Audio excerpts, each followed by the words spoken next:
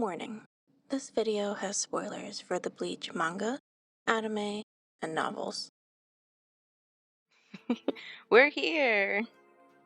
What we're doing today is a Bleach tier list. I don't know if it's for lack of trying, but when I made my tier list on here, it scrambled them up. So I put characters in some sort of order, so at least that way you can go through and take them from where they're supposed to be. So like all the Sternritters are together for the most part.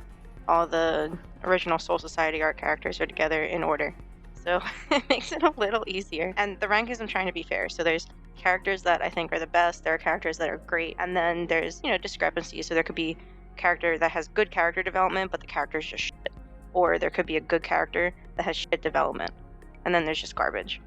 So at least I'm going to try not to call a bunch of characters garbage for no reason. Going in order should be fine. Alright, I'll take that. And I just pulled up a list of the Sternritters, so at least I have that if I need. I don't think I can be super critical of Ichigo as a main character, and especially like the age he is too when Bleach starts. This dude tanks. I don't think I've ever been mad at Ichigo. He's a little emotionally constipated, but he also started out life as a thug, and his mom's dead, and as far as he's concerned, his dad's distant, and he has to make sure that his sisters are okay. He's doing the best he can as a main character, and I feel like he goes above and beyond and really doesn't have to worry about people as much as he does, but he does. He doesn't really have much character flaws as it is just him coming of age, which again, he's a teenager going through high school with a weird family situation, taking care of everybody else and the Soul Society and Waco Mundo and saving his friends at the same time. I'm gonna say he's best here, which I guess is a good way to start, setting the bar real low. So Shiro or Zangetsu, yes. I've liked him since he was introduced as a character. There can be more than one best boy. Like, if you're a good character, you're a good character. I really like the analogy that Zangetsu always has where he calls Ichigo king, and like he's his steed. We see Ichigo as an example of a Soul Reaper talking to their Zanpakuto or a Soul Reaper talking to their inner hollow. And I feel like we see the most, not put together, but like a family that might have had issues, but then they sort of resolved them and now they're better for it. And that's just Ichigo's inner turmoil. And having this Zangetsu as his hollow and as his Zanpakuto, I think was a great choice. Even if he looks exactly like him, and half the fandom still calls him White Ichigo. So I'm gonna put him as great. He's not, there's not much more than him being his hollow. He takes over sometimes, he goes deep shit. But he gets the job done, and he's a good support character for the main character. And he gets a lot of shit. In the beginning, he gets a lot of shit from Ichigo, and then people shit on him for him having a hollow in the first place, and he's still such a great supporting character, and I'll stick by that. Now, old man Zangetsu, on the other hand, I won't say I didn't like him in the beginning, but I kind of didn't. He had to be secretive, and we know why once you read to the end, and he's part of Yawak, and he's what lives inside Ichigo as his Quincy powers, and even the first fight with Kenpachi in the Soul Society arc, like it's the Hollow is the bad guy, and I have him, but he's a parasite, and I don't like him, but I'm gonna use him if I need to. But he's just trying his best. Like, what other choice does Shiro have at this point? Yeah, okay. So my main reason being is that I'm kind of gonna put these guys in the same category anyway, just because as hands-on as old man Zangetsu was in comparison to Zangetsu himself, they're both detrimental. I feel like the confusion in their story and who they are, and having to trade places with each other essentially so Ichigo would accept himself sooner and get stronger at a quicker pace, it's just genius. And the way that you could do that and trick somebody in their own mind for so many years before you actually reveal to him who you are, that's pretty cool. Them working together to make this kid stronger for everybody's sake was pretty nice. Like I said, I know Ichigo's the main character, so he's kind of like the standard to set with the Zanpakuto or with the Hollow, but it's a pretty good standard that they set with that.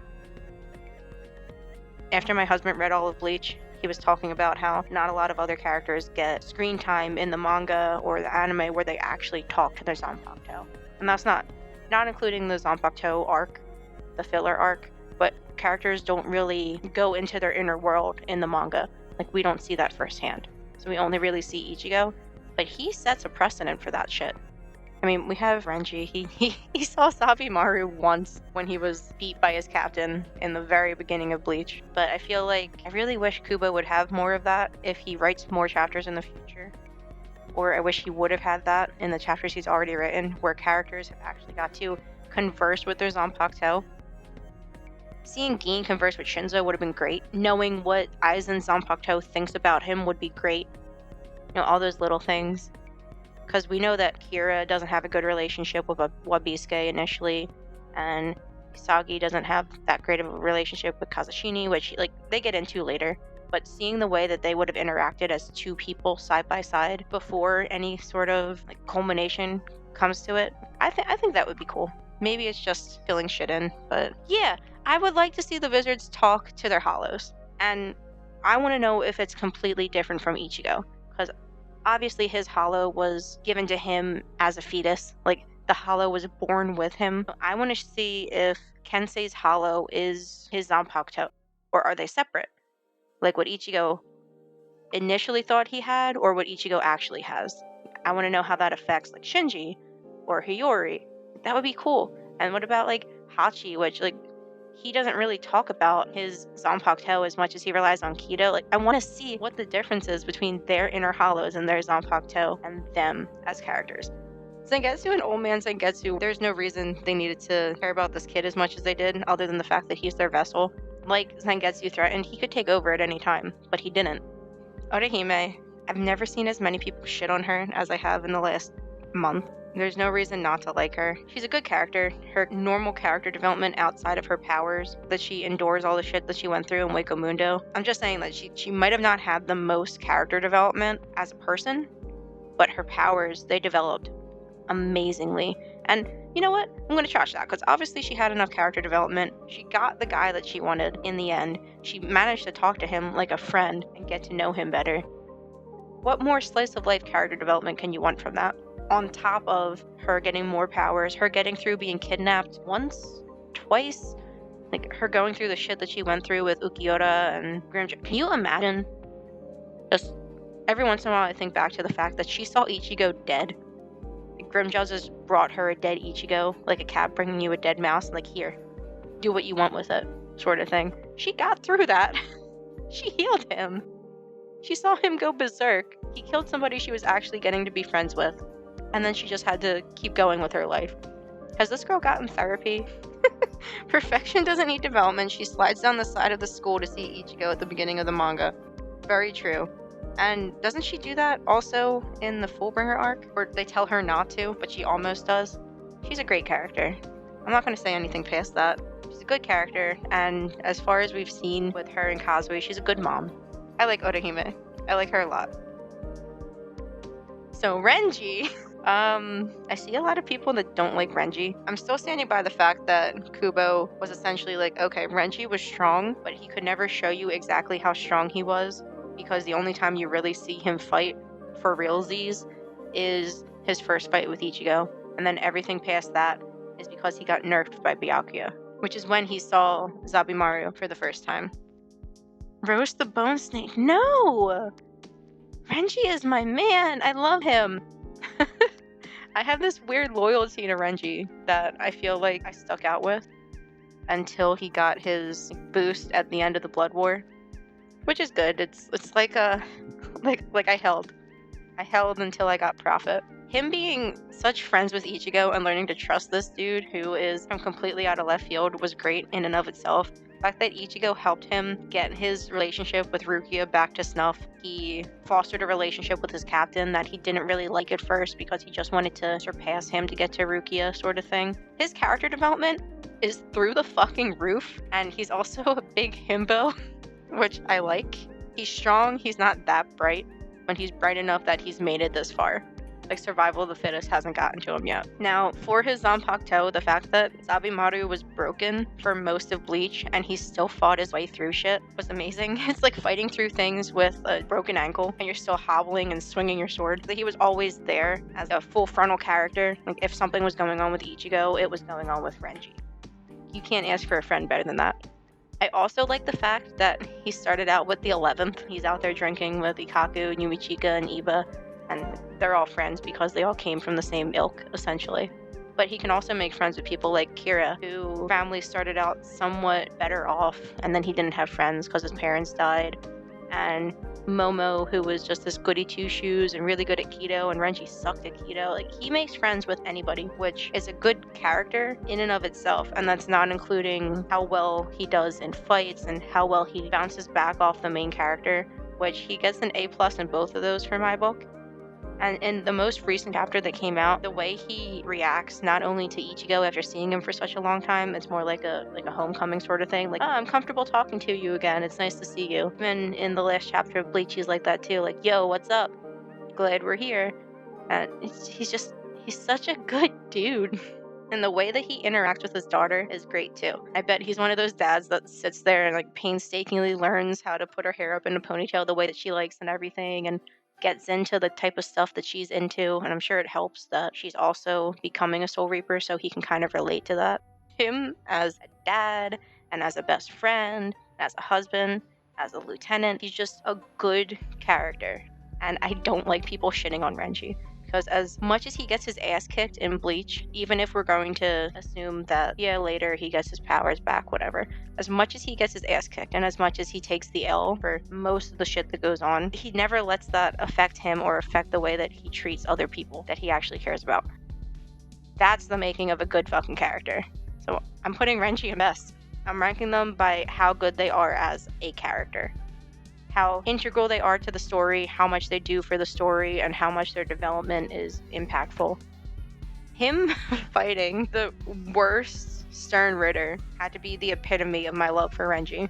Rukia. So, like Renji, she had a lot of development. I feel like her development through, and that's what we got to see that we didn't really get to see for Renji. He had development fighting, but he already had a Bankai, whereas Rukia's kind of developed with her as we were reading. Her Bankai is so cool. It's the top moment of her and Byakuya being actual siblings, where he's helping her come down from how freezing her Bankai is. It's just wholesome. It's very cute.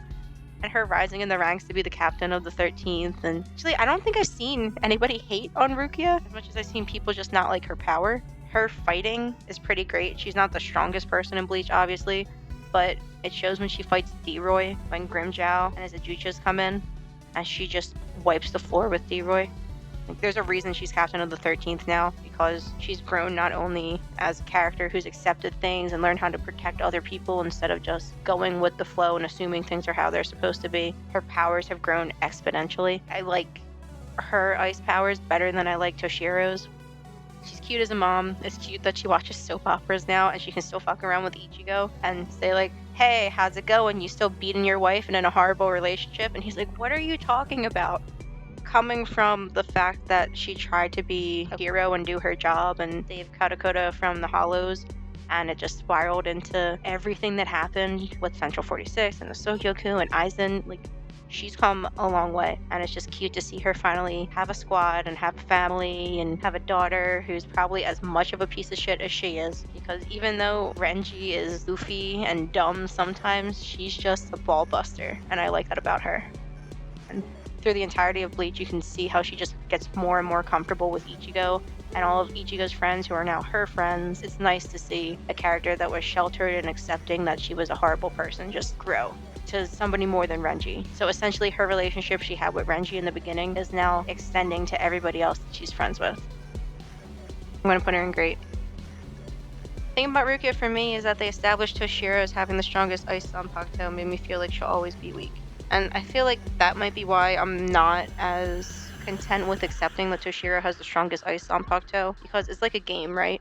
You can get a weapon where they're like, oh, it's the most powerful. But if you get a player that doesn't know how to control it, obviously Joe Schmo who has the same weapon, or Joe Schmo that has a weapon that's like one rank under it, is going to kick ass more than you will. But if you can't handle it, then you're screwed.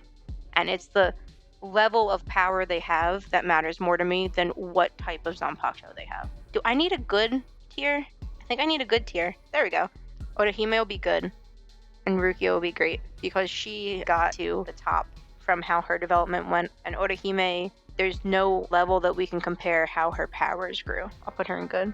I love Momo, but sometimes she just needs to be slapped back into reality. She's a good enough person that she can make friends with people other than her childhood friends, right? And her caring about Toshiro shows that she's a good sister-like character, also shows she's a good person. Then she gets stepped on. And the thing that I don't like about her being stepped on is it's not like Orihime over here or Rukia, where they kind of just get stepped on and take it. She gets stepped on and she tries to claw at you. What is it? Are you subservient to people or are you just being a quiet bitch? Like, in all seriousness, I feel bad for Momo because her relationship with Aizen is a toxic relationship.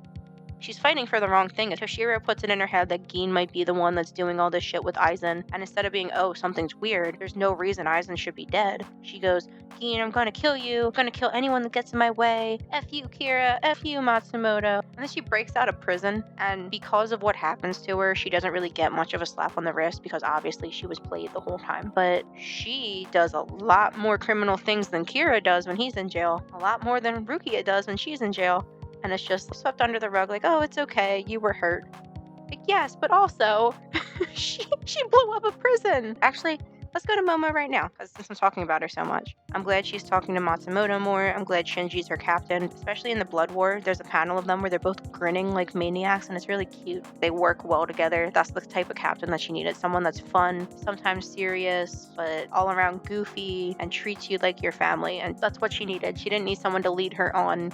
Do I want to say she's a good character? Like I said, her personality when she's with Toshiro when they're kids and her personality when she's in the academy, I don't like that much. And I don't think her personality really changed. I think she's still like that older sister trope where she's always going to hang over your head that she's the older sister. Good development. She got the love she needed in the end, but as a character, I just don't like her. I was going in order. Byakuya, in the beginning, he was arrogant, and I didn't necessarily hate it. He makes it very clear he's nobility, and that's his position in Bleach, is he has to be the one that keeps everybody in line, because that's how the Soul Society is meant to be. But then you see these flashbacks he has when he adopts Rukia, when he takes in Renji, when he sees Hisane die. He has a heart. And the thing that I really like about Byakuya is when they bring him into the flashback arc, and he's just a kid. As a kid, you see him being combative and highly energetic and goofing around with Yoruichi, and he's just trying to do his best to make his family proud. And then Hisane comes around and loves her, and he marries her, and fuck what the nobility says until she dies. And he takes that opportunity to keep her promise for saying, listen, my sister's still out there. I feel like a horrible person. He's like, you're not a horrible person. Yeah, but my sister's out there and I need you to find her. If you find her, just make sure she's safe and give her a good life that I couldn't. And he does. He spends his career. He's head of the clan and he is a captain. He's supposed to be this really high and mighty figure that's taking care of everyone, and he has all this bureaucracy and red tape to get through. And he finds this kid who halfway came into his lap anyway because she joined the Soul Society. But he takes her in and he becomes a brother. He has no idea how to be an older brother, but he is. And he thinks distant is what he should be. So he tries to be a brother from a distance, and then at the end of her being almost killed, when Ichigo and Renji save her, he's like, I tried my hardest to be a brother and to be a captain and to be a head of the nobility. Just thank you for saving my sister. I love her and I have to take care of her, not just because my wife told me to, but because I love them both now. I think the cutest part of his, coming back out and being a normal person is when he's in the hospital bed after he gets his shit rocked at the end of the Soul Society arc, and Ichigo comes through the window to yell at Renji. He's like, oh, hey, Byakuya. Byakuya's like, can you listen to me? Can you not do that? And they just ignore him because he's a normal person now. He's not nobility. He's not what he was born as or the title that he has. He's a person, and they're going to treat him like a friend, which you know how Renji and Ichigo and Rukia treat their friends. He also gives them money to buy supplies and looks the other way for Renji and Rukia sneaking into Wakamundo. He's a good dude. It's nice to see the chances he gets to just relax. Him drawing the Mr. Seaweed character and Rukia liking it and everybody else saying it looks like garbage and Yachiru saying it looks like garbage and her stealing shit from his mansion and everything. It's cute because it's humanizing. And then the Blood War arc, when he sees Rukia almost die, he tells Ichigo to make sure that she's okay because he thinks he's gonna die. It's so sweet. He didn't develop as much as he just got to be himself again. He's a little piece of shit kid that likes to have fun but has all this pressure put on him, and then he continues having this pressure put on him after his wife dies, and then he has to be perfect, and he's not. And that's okay. It's okay. You're allowed to be a person. Like, look at Yoruichi. She doesn't give a shit. It's just nice to see him relax and be strong and powerful and in charge of all this shit, but also be a good big brother. So he's going to go in great. This is Chad. This is Sado. I don't know at what point in the manga. Sometimes they'll introduce him as Sado Yatsura, and then sometimes they'll just introduce him as Chad, and then after a while they just introduce him as Chad only. Started out as somebody who was getting picked on, and then saw Ichigo as this kind of rock because Ichigo was a thug and he would beat the shit out of anyone that picked on him for being different. It's really cute to see them grow up together as schoolmates and be best friends.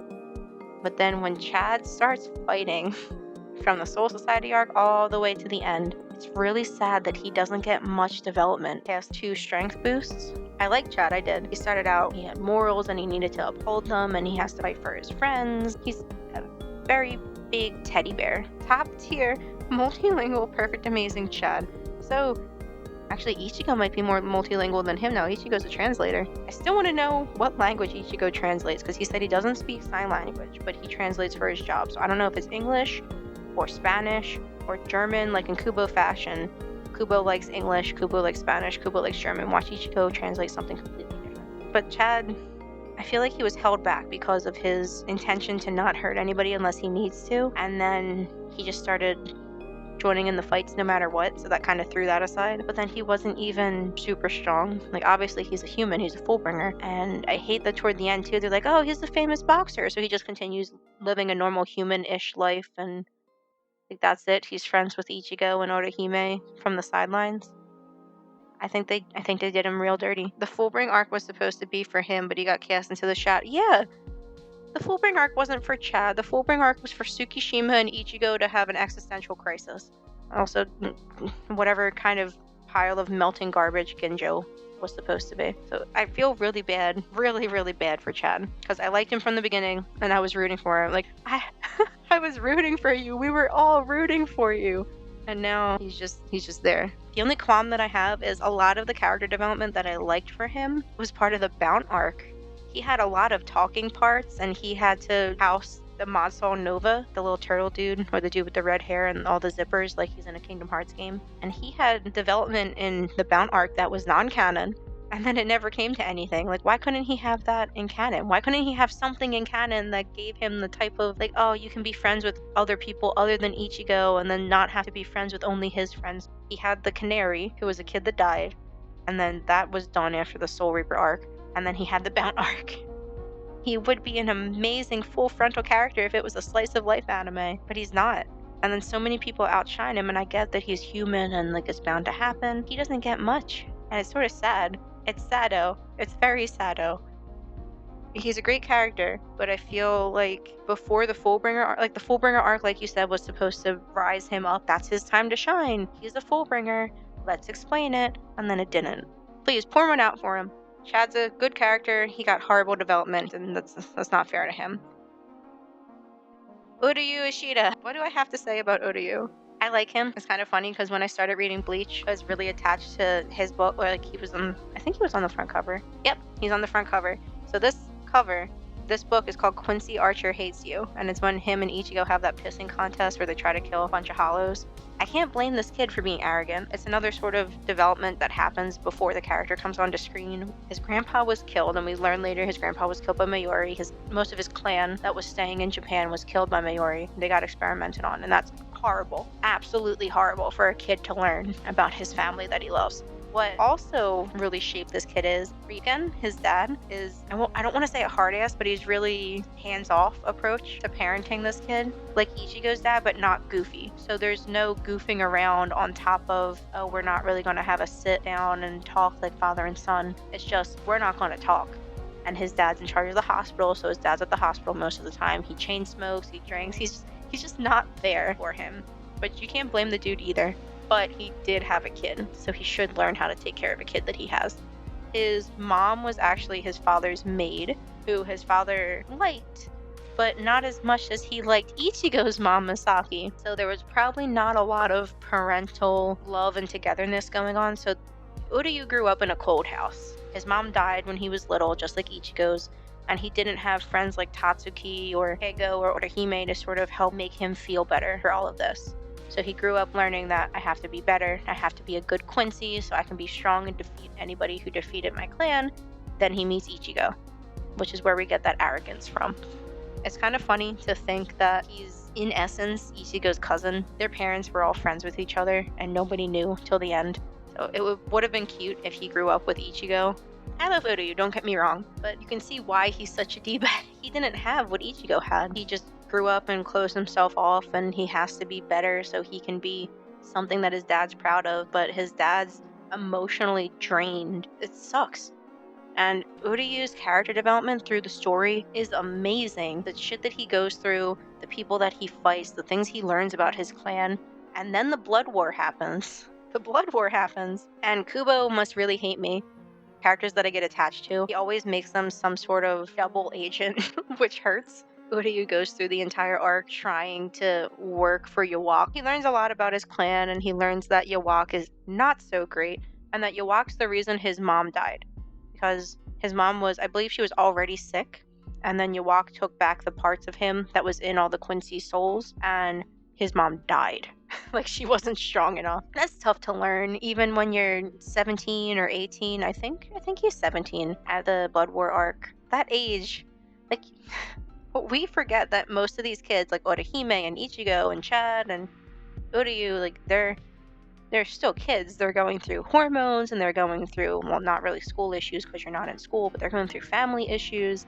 And this dude's learning, like, this cosmic entity is the reason his mom died, and he just doesn't care. Yawak doesn't care about half of his Sternritters. He cares about the means to an end. Like Aizen, he wants to get where he wants to go, and he doesn't care about the people he steps on to get to it. And the problem with Uryu is the people he stepped on is his family. So Uryu works as a double agent. The way that Renji grew with Ichigo up to the point of fighting the Blood War, where they trained together and they were in Squad Zero and got stronger, Uryu sort of takes the last couple steps with Ichigo and comes to terms with things, and they end the Blood War. Spoilers, I guess, they end the fucking Blood War. My qualm with Uryu is they finish the Blood War, and he gets shown in the last chapter when they're all having a party at Ichigo's house. And it looks like he's either a doctor at the hospital that Ryukin works at, or he's hired in the hospital. And I've worked with doctors. If the doctor needs a day off, the doctor gets a day off. So instead of taking off and being with his friends and his family to celebrate whatever they're celebrating, he's just there, like lonely and smoking on the rooftop of the hospital, just like his fucking dad. And it's sad because he shows implications that he liked Orihime. There's implications that he's liked Nemu, and whatever the fuck happened in the garbage of a filler. He's had relationships that he's wanted or that he's felt things towards, and he's just as closed off as his father. He's fought wars to get to the point of wanting to know what happened to his entire family so he can reverse that, and he can be better for that. And he ends up in the same place as his dad. And I know Ichigo's the main character, but come on, really? Uryu was set up from the get-go to be the antithesis to Ichigo. And it gets to the point where Ichigo is like this happy family man like his dad, and Uryu's this closed-off doctor in this cold, sterile environment, chain smoking and being alone like his dad. It's shit. And he got more development than Chad, and in the end, he's back to where he started. He didn't want to be in the type of situation his dad was in. His dad's situation is the reason why Uryu is the way he is. And he just goes back to it. Reading the manga, you read the last chapter and you turn to that page where he's alone in the hospital while all his friends are celebrating. It's sad. I'm gonna put him in horrible development. I feel bad that I have to put him in that category, but he deserves so much better than he got. Tatsuki. Tatsuki was Ichigo's friend from when they were both little. She used to go to karate with him before his mom died, and then I don't remember if he continued going to karate or if he kind of closed himself off, because she said that he didn't talk to people as much. He used to be this little crybaby, and then his mom dies and he just closes himself off. And Tatsuki has a monologue. I don't remember if it's right before the Blood War or if it's in the Fullbring arc, but she talks about how, like, she's been with him from the beginning and she's going to continue to support him because he's a great friend, and if nobody caught the changes he went through, he could have been a completely different person. And as a character, that's a really good supporting role. It's just a shame that she was only there as the human friend. She was a great friend to Orihime too, but how much development can somebody go through if they're not also going with you into the Soul Society or going with you into Wake Mundo? So I'm gonna say not enough screen time. I don't have much of a strong opinion on her, but she was there every time they were in the world of the living. She was there for Ichigo's upbringing, and she was there for Orihime when her brother died. But in the story itself, there's not much that she could have done, and that's not her fault. Alright, so I feel like this is going to be a lot of the characters that are in the human world. Keigo is the same as Tatsuki, where he was there for Ichigo when Ichigo was a teenager, and he helped as a friend in the human world. He was the support he needed in the human world, and it's really cute that now they show him as a ramen owner in the time skip, and they're supporting him, so he's still obviously their friend, which I'm sure Tatsuki is too. Do I want to say he had more development just because he also housed Ikaku and Yumichika? There's not much that he did other than be a support. I liked Keigo. I've always liked him, even though he's goofy and everything, but he doesn't know about the spiritualness of it. He doesn't know about it until Ikaku comes into his house and his sister gets obsessed. Also, shout out to Keigo for dealing with his sister. But Keigo's sister's really annoying. And I like the fact that when he's talking to Yumichika and he's watching Ikaku get his ass beat, it not only furthers his character development, but Yumichika's as well, where it shows if Ikaku dies in battle, Yumichika's not allowed to help him, so he just has to deal with it, and Keigo's the one that questions that. He's the first one we see in canon that sort of questions, why is that a thing? Like, you're going to lose your best friend, and Yumichika's like, always has been. That's just our code. And Keigo's like, well, that's stupid. But he just has to watch because he's a human. He sticks with Yumichika until the end where Ikaku winds up actually living. He's standing with him the entire time Yumichika's setting up the funeral for him and everything. I feel bad putting him over here. But he impacts Yumichika and Ikaku's life and Ichigo's life as much as Tatsuki impacts Orihime's and Ichigo's. When we see them running away from Aizen, that's the illustration of them being helpless. There's not much they can do other than they can sort of see spirits and now they're stuck, but what can they do other than run away? I'm really glad Gin saved them from being strung up in front of the town. It's better that they wind up being this support character that's useless than being cannon fodder for a psychopath. And I'm going to put Mizorio there too, because as much as he does his best as a human too, Mizorio's just the support character to Keigo, and that's the same reason why I didn't put like Chizuru or any of the other people from their school in here. So here's Kon, and I like Kon a lot. That's not really a hidden fact. I feel like he's a great character for what he is, and I'm really sad there's not as many pictures of him out there in his buff form from the Blood War arc, and I hope there are once the anime comes out. Kon, if you haven't watched my streams, he's important to me because he's a character who focuses on not hurting other characters because that's just how he was made. He doesn't want to hurt any other creatures. That includes ants or animals or people unless he needs to. This dude, even though he's not super powerful, makes sure that he doesn't hurt anybody else.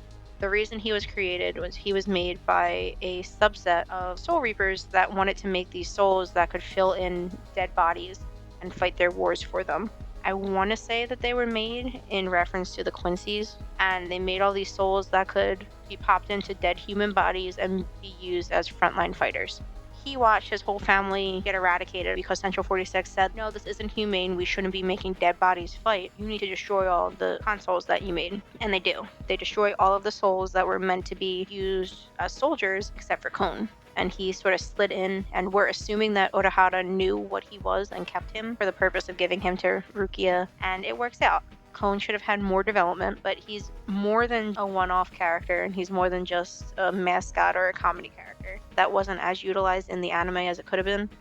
In fact, with the invading army arc, it was used more than any other time I've seen in the manga or the anime, and that's a little upsetting. I like Kon as a character. I wouldn't put him at best because he hasn't really done much to rank that. He is a great character, and they didn't give him as much development. King tier. Kon has a special place in my heart, but I'm not going to put him somewhere where he shouldn't be. And I know he's not the best character, so there's no reason to rank him that. This is Isshin Kurosaki.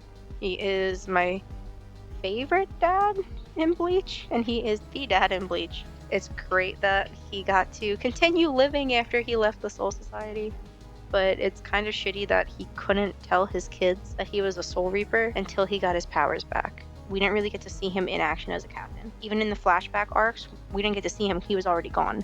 So Matsumoto was already running the squad on her own at that point. What we did get to see in the flashback arc is he met Misaki under unfortunate circumstances, found out that she was a Quincy, cared about her regardless, wound up saving her from the invading Hollow Shiro that she had inside of her after an attack, due to Aizen and Tosin and Gin letting out Hollow loose and wanting to see what would happen. Ryugen, who was Misaki's guess betrothed would be the word, like her best friend, and they were going to be together until Ishin showed up. Ryukin and Kisuke and Ishin all figured out a way to save Misaki, and they figured they had to go into her soul and take care of this hollow that was invading it, and Ishin did it. He was the one that went in and saved her.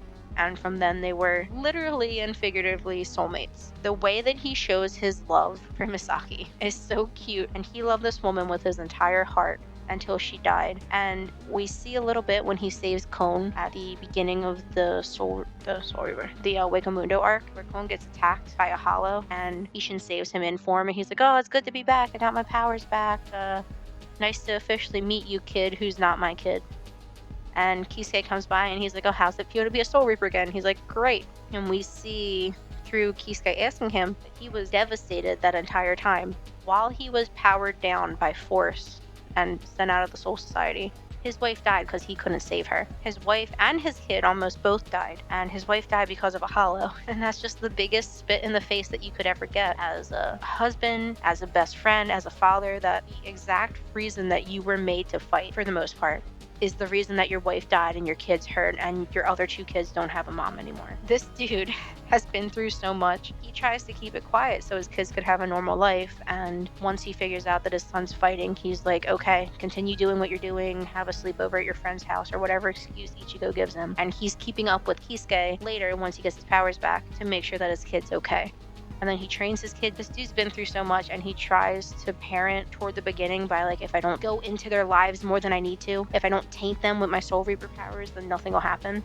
And then it happens anyways. He's like, okay, I gotta make sure that I can help my kids fight, or at least my one kid. He trains Ichigo in the why am I blanking? Dangai? For like years and years go by, and he trains his kid to make sure that he's strong enough, and then sends him out to fight Aizen. And then he goes and fights Aizen himself too, with his friend.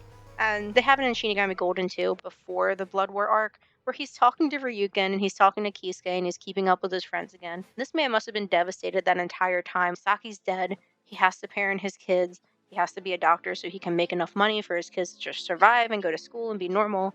And everything about his life that he knew before that, about being a Soul Reaper, about the people that he met and friends that he made in Karakura Town, he just had to let that go. And that's the quintessential part of parenting, where you put your kids first, and then when your kids' lives develop and change, you have to continue putting them first and going through with everything that they do. He's probably one of my favorite parents in anime, even though he was so hands-off at first. He's such a good dad, and I don't think you get most of that in a lot of the animes. Like even One Piece, Monkey D. Dragon barely knows his kid. He's like, my kid's someone else's problem now, as far as we know. Ichigo's dad sticks with him eternally. It's a little sad that we don't get to see any more on how he feels about his wife in or after the Blood War, and we haven't really seen him interacting with his grandkid. I won't say he's the best. There could be more development, and there might still be more development to come. But he's definitely a great character. Misaki is a great mom. She was a Quincy. She's the reason that Ichigo has Shiro up here.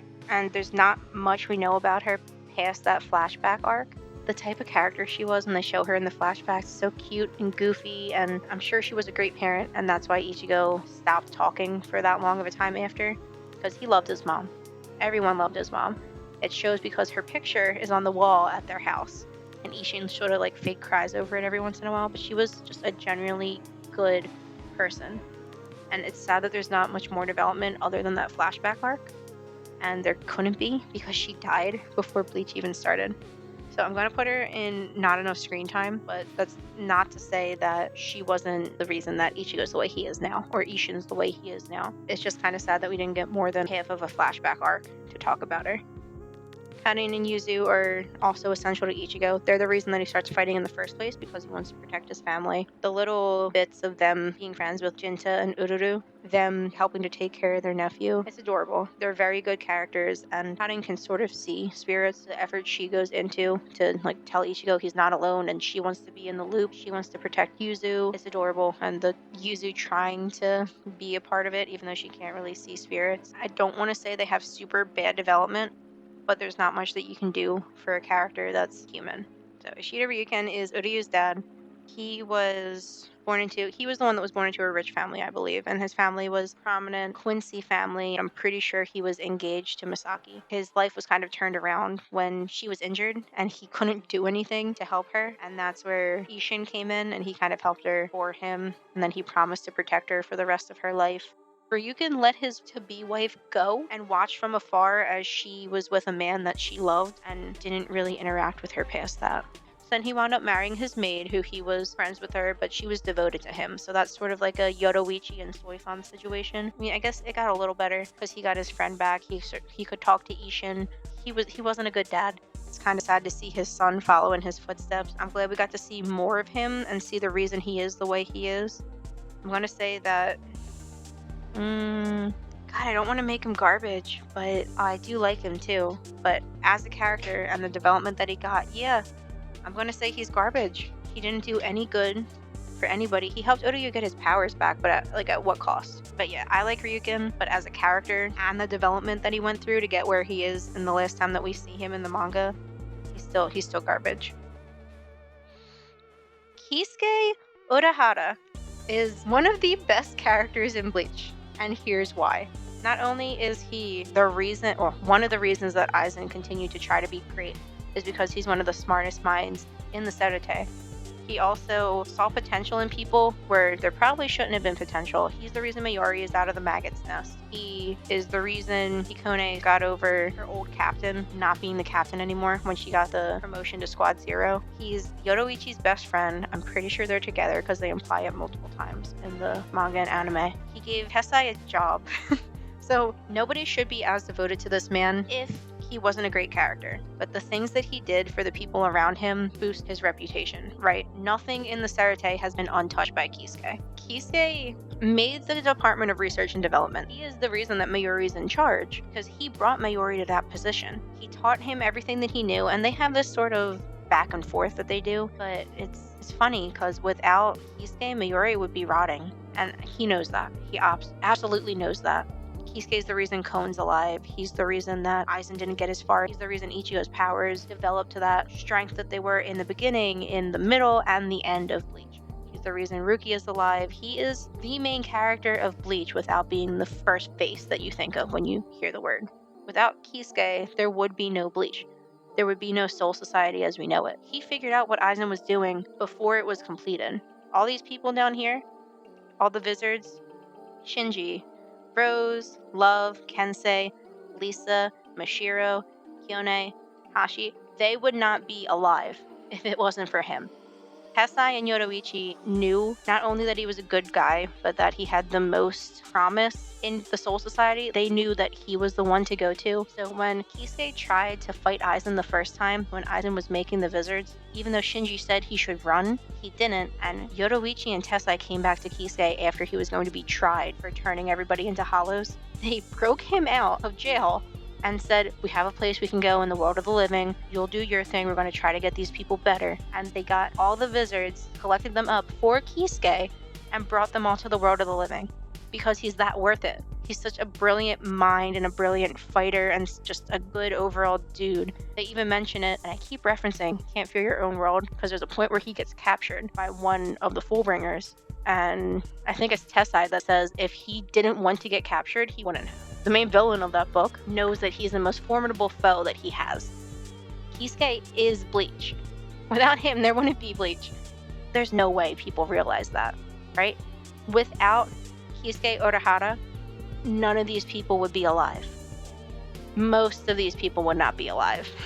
The bureaucracy in Bleach would still be continuing on. The 4 clans, Central 46, and Captain General would have continued on thinking everything was okay and thinking what they were doing was fine, while people like Aizen gamed the system. So I'm actually going to put him ahead of Ichigo and Renji. He is the most quintessential character to this series. Even if you just watch the show or read the manga, you know that Kisuke is important, but it's all those little things that you don't really piece together without them telling you in the extras or character booklets. You don't really fathom how much Kisuke did for everybody. So he's going to be, for now, the best character that we have. Yoruichi is the reason that Kisuke was the captain of the 12th in the first place. She recommended him as the head of the Shihon clan and Squad 2. And she's just, I want to say level-headed, but she knows what she's about. Maybe that's the reason Soifan likes her so much, but she doesn't fuck around. She does what she knows needs to be done, and she has the strength to do it. The fact that she has enough power to transform into a cat kind of wears me out. As a character, she's great. Not great on this level, but she's the noble that we wanted in Bleach and the noble we needed. They like her so much in the Soul Society that they let her back now to make decisions, even though she deserted, essentially. It's pretty cool. I'm going to say that she is a good character, just because we don't really get to see an aftermath in her fight in the Blood War arc, because her power goes through the roof, because she's not completely aware of why it does, and we know that Kisuke is the one that boosted it. Maybe if we see some sort of aftermath of how she gained that power and what the power really does, then she'll get boosted, in my opinion. But I'm going to say she's a good character all in all. What do I want to say about Tessai? Tessai being in charge of the Keto Corps and going from that to trusting Kisuke wholeheartedly and then becoming his maid just shows how much resolve this man has. He deserts with him even though he didn't have to. At least people can assume that Yoruichi is associated with Kisuke. She's been backing him this whole time. She's the reason he's a captain. So when Kisuke gets tried, she'll probably be tried too. Even though she's part of a noble class and she could get out of it, she continues on with him because he's her friend and she knows that he's doing the right thing. Tessai has absolutely no reason to trust this man other than Hachi's life. Hachi, who was his second in command in the Keto Corps. He continues to be Kisuke's best friend and co-worker and maid, and then he starts raising these kids that we don't know where Jinta and Ururu come from, but he's their dad now. So this dude goes from being this all-powerful Keto Corps leader to the house dad. And he kind of reminds me of the Ghibli movie, Kiki's Delivery Service. You know the baker in that movie, where he's kind of stone-faced, he owns the bakery, and he just lets his wife do all the talking for him. That's Tessai. He doesn't have to say anything about the shoten, he just helps run it. He never complains about being undermined, because he's not. But I don't think we've seen enough of him and his personal life to know if he had good development. Jinta and Ururu, I'm going to go by fast. There's this part when Ichigo's training under the shoten. He asks Ichigo if he's thirsty, and Ichigo says yes. And Ichigo's in this hole that he's training in where he's trying to form up his soul and get more powerful. So Jinta goes, "Are you thirsty?" Ichigo says yes, and then Jinta spits on Ichigo. But other than that, there's not much we know about Jinta, other than he's a piece of shit, and he likes Yuzu a lot. We actually don't know what type of souls Jinta and Ururu are, and it's always been sort of hush-hush, and I believe they even mention it in Can't Feel Your Own World. Hisaki sort of nods at the fact that we don't know what they are. I wish we could see more of them, and maybe we will see more of them, but at this point I don't really have enough opinion of them. We don't know what the deal is with these two. Captain General Genryusai Yamamoto is a really old dude, a very old dude, who, when he fights people that are supposed to be his friends or his companions, he usually uses the excuse that they're kids and they don't know any better. Like how he talks down to Shunsui and Jushiro. That's probably one of the only things that I don't like about him, that if Central 46 tells him to do something, he's like, alright, fine. Because there's so many moving parts in a society that you have to deal with that he's just like, alright, you're above me, whatever, you're nobles, you're bureaucrats, I'll listen to what you say, so there's no disruption. He gets content in that, where he's like, alright, I don't need any of this hassle, so I'm just gonna do what I do in line with what the people that are above me are telling me to do. Even though he's powerful enough to take all those people on, which would have been great to see. But I feel like he's so old and he's so tired of everybody's shit that he just kind of goes with things. He's a big softy. Listen, hear me out. Alright, guys, come on, throw your opinions my way. And he's been there from the very beginning. And it's really cool to see how the Serite has been built from the ground up by Genryusai. There's no ifs, ands, or buts about it. He is the reason they are all there. He is the Serite. This dude lives, eats, sleeps, and breathes for the Soul Society because he built it. He is it.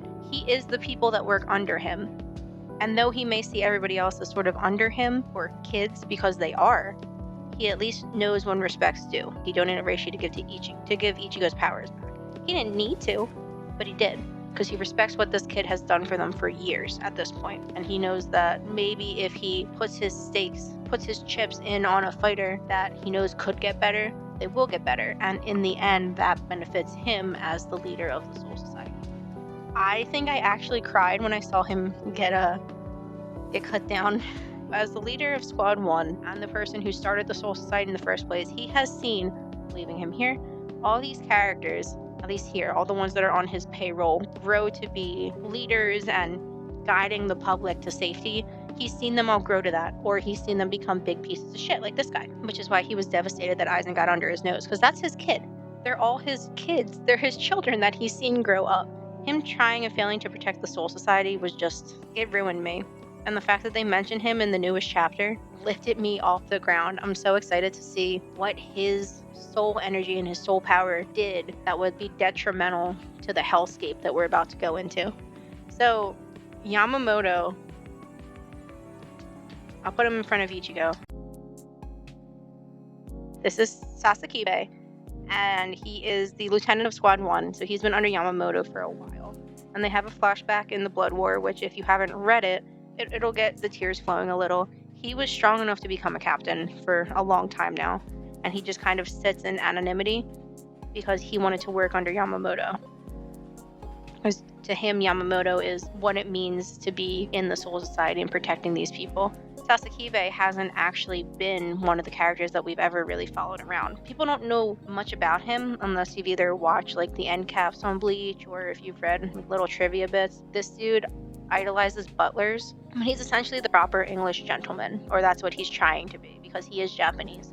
He has a lightning-based power, and his Bankai's super strong. The fact that we only see it in totality toward the end of the first fight with Yawak is kind of sad, because his whole character development happens in one chapter. Or maybe, I think it's 2 chapters, I think it starts in 1. Do I want to put him here?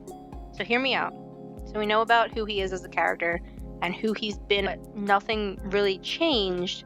And the moment that we find out what he wants and what he is planning to do as a character in Bleach, he's done.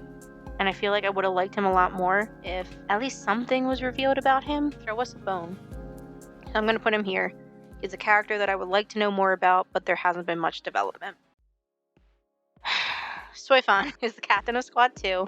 She is the head of Stealth Force. Okay. Thank God. I looked up to make sure I was calling it the right thing. So she's the head of the Stealth Force, which is like the secret agent ninja force. And she is about as lawful good as you can get for a character, and I don't like it. No offense to her. Actually, all the offense to her. She follows what people tell her to follow without a second thought. Unless it has something to do with Yoruichi, because she's devoted to Yoruichi. In the same sense that somebody is given a maid or a manservant when they're younger so they can grow up together, she was given to Yoruichi as her second in command from the beginning. She's been under Yoruichi's command for quite a while. She was devastated when Yoruichi left because that was her entire world. Bonus points for the Omaida bullying. Omaida deserves to be bullied, and I think he needs to, because it keeps him in line. But I think that might be one of the only things I like about Soifan. She's so devoted to Yoruichi wholeheartedly that even though she's a stick in the mud and she has to follow everything to a T, when Yoruichi deserts everybody, she's less mad that she deserted and more mad about Yoruichi not taking her with her. So she's a stickler for the rules until the rules are bent by the person that she respects the most. She's psychotic, and she's in charge of the special squad in the second, and she is the most firm believer of upholding the laws of Central 46 next to Genryusai, and I'm sure he's just doing it because he's tired, right? He wants things to run smoothly and wants like an extra person who's way below him that he doesn't care about, as long as somebody is paying for something that was done. She will hunt you and grab you by the throat to make sure that justice is upheld. She's like the FBI for the Soul Society, and I don't trust her, because she's just not all there. Like, she does her job well, but her emotions get into it in the worst way possible. Like, at least Kyoraku weighs his opinions against what's actually going on and comes to a conclusion. Kisuke does that too, but he's not a captain, so I can't hold him to that standard anymore. Soifan, just like a light switch, it flips on and off whenever it's convenient and Yoruichi's involved. When she's about to use her Bankai on Baragon, she makes a deal with Hachi that he'll trap Kisuke in one of his Keto traps, for I think it's like 2 weeks or something because she hates him because he took Yoruichi away. It's just it's so convoluted, and she has this sort of childlike mentality when she's supposed to be one of the most powerful people in the Soul Society. It makes me angry that nobody's checked her. Ichigo's checked her, but he doesn't count because he's not in charge of the Soul Society. Genma Yusai never puts her in line and is like, hey, crazy, tone it down. It's just weird. Her rocket launcher. I like her rocket launcher, but that was the most humanizing part of her I've ever seen, where she kind of smiles and goes, I hate this part of myself, but I'll use it if you could play a trick on somebody I don't like for me. And Hachi's like, bet, I'll do that. And you know Kisuke could probably get out of it because he's probably more powerful than Hachi, even though Hachi was lieutenant of the Kido Corps. But it was cute. More often, I've been liking Soifon, but she was just psycho ex-girlfriend without ever having to be somebody's girlfriend, which I feel like is worse. So I'm putting her under hot garbage. She's been in the new chapter, so maybe we'll see more of her. And I don't like Omaida that much. His whole shtick is that his family's rich, and he knows he's not super powerful, but he tries. But he got the position cause his family's rich. But at least he's more human than Soifon. If Yoruichi's not involved, Soifon's a robot, and not the can I take your order please robot. She's like Dalek exterminate robot. She's psycho. She's absolutely psycho. The thing about Omaida, he's the lieutenant of Squad 2. I didn't like him at first because obviously he's this big oaf. I can't judge, but he's gaudy. I don't like the fact that he's gaudy and he likes showing off his family's riches and shit. But he winds up not being a horrible fighter for a lieutenant. And it's sad, but the only time I really like him and invested in him as a character is the Zanpakuto arc and the Invading Army arc. Like I was saying before, where people get character development in arcs that aren't canon, he gets a lot of character development. In fact, I think it's the Invading Army arc. He fights alongside Yumichika, Ikaku, and Hisagi, and they get their asses kicked. And they're getting healed in the Shoten, laying on the floor, bandaged up. Yumichika's huddled next to Ikaku, and Omaida's laying on the floor, and Hisagi in the corner because Omaida's stretched out. Just cute. I don't hate him, and I hope we're going to see more of that characterization in the new arc, because we did see him in the new arc, and I didn't hate him there either. I want to go here. As a character, I haven't had any reason to like him, but the little bits that we're getting from him where he's getting less intolerable is great. Especially when you see his sister in the Blood War arc, and like she's in danger, and he goes apeshit. That hurt my heart. I never thought I would care about Omaida, but it hurt my heart. He loves his sister, even though he joked that she's fugly. That reminds me of Armstrong in Fullmetal Alchemist, where he introduces you to his family, or at least in the original Fullmetal Alchemist, not Brotherhood, because his sister's also hot. But he introduces you to his family in the original Fullmetal Alchemist, and they're all ugly, except for the littlest one, and he's like, don't worry about her, she's homely. That's Omaida's family. They all look like him, except for his littlest sister, who's adorable. She's cute as a button. He's like, she's homely, don't worry about her. His dad was actually a lieutenant also. I think he was also lieutenant of Squad 2 under Yoruichi, and he didn't seem that bad, but now that he's older, he's also gaudy. It's not my cup of tea for characters, but hopefully we see more Omaida, and he gets more development not only as a character, but as a person. Like, not only useful to the story, but also as a person himself, because I didn't really like him before that. I'm going to prolong this as much as I can. Alright, and I have my sad music. Let's go. Okay, so 3-hour rant next with Squad 3 double whammy. You know me so well. This is Gin Ichimaru. I'm going to put him here so I don't have to hold him because I'm going to talk for a bit. Gin Ichimaru is the captain of Squad 3. Gin was friends with Rangiku. He found her in the middle of, I want to say, either the 61st or 64th ring of the Rukongai, which is pretty shit. He found her dying, but because she was a soul that could eat, he made sure that he took care of her. I don't think you can actually die from hunger, but it definitely debilitates you. So they were friends, they had a house together, and they took care of each other until Rangiku got jumped by 3 adult men when they were both around 10 years old, and there's implication she was sexually assaulted, but even without that, she was assaulted by 3 grown men. They took part of her soul. They took part of her soul to form the Hogyoku that Aizen was forming. So he was taking parts of souls from people that he could take in the Rukongai and using them to form a Hogyoku so he could mimic what Kisuke Urahara was doing. This left Rangiku down for a little bit. Gin found her, and at that point he swore that he would make sure that she never cried again. So from there, he hunted down the people that did it to her, traced them back to Aizen, and swore in his head he would be under Aizen until he was strong enough to defeat him, so he could kill Aizen and get back the part of Rangiku that he stole.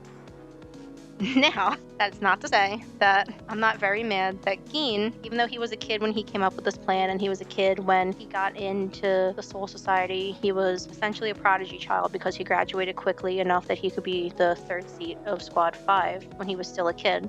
He did leave Rangiku behind, but again, he was young and dumb, and I'm sure he thought that that would have helped if he finished his mission and then came back to her. So she followed him in. He became third seat of Squad 5 because he killed the third seat of Squad 5 in front of Aizen so Aizen could see. And then Aizen took him under his wing as his protege. They both planned to kick out who was in charge of Squad 5 at the time, which was Shinji. He didn't tell anybody what was going on with Aizen because he thought that he could deal with it alone because Aizen was strong enough to eradicate anybody who came in his path. So he spent a century or more, so around 100 to 120 years under Aizen's rule, so he could get strong enough to kill this guy. The problem with that is that Aizen became so strong in the process of him being under Aizen's wing that Gin had to continue getting stronger just to keep up with him. And to the point that Gin tried to kill Aizen, Aizen fused with the Hogyoku that he has been trying to make that entire century. Neither of them knew exactly what the Hogyoku did, nor did Kisuke Urahara, because it was so new and so above them in power that they couldn't exactly tell what fusing with it would do. To Aizen's luck, fusing with the Hogyoku would grant him whatever wish he wanted, and he wanted to be God. Gin used his Bankai he had been forming to kill Aizen, to stab Aizen through the chest, and in that, part of his sword came off with such a potent poison that it would have deteriorated Aizen's entire body.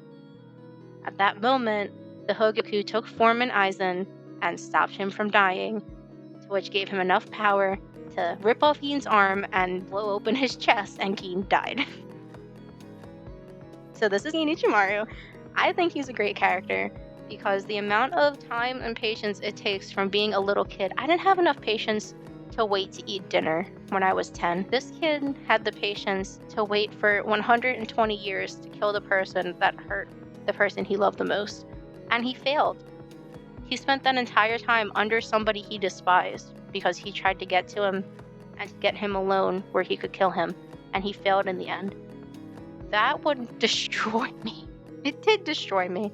I hate what was done to Gin, and I really hope we see him more in the new part of Bleach because I hope he's in hell.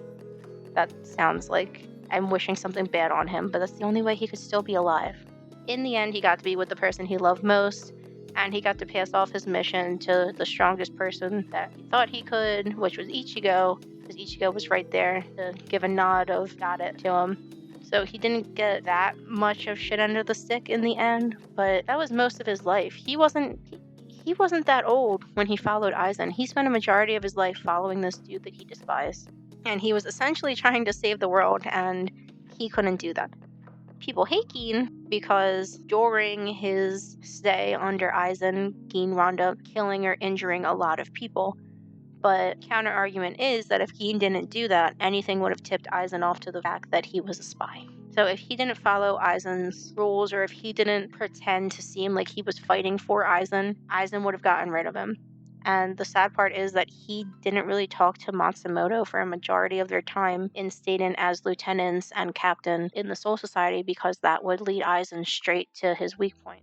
He did have a sort of okay relationship with Kira until he deserted, and then Kira's entire character arc after that was the person I respected the most and the person I could count on the most is gone, and he left me.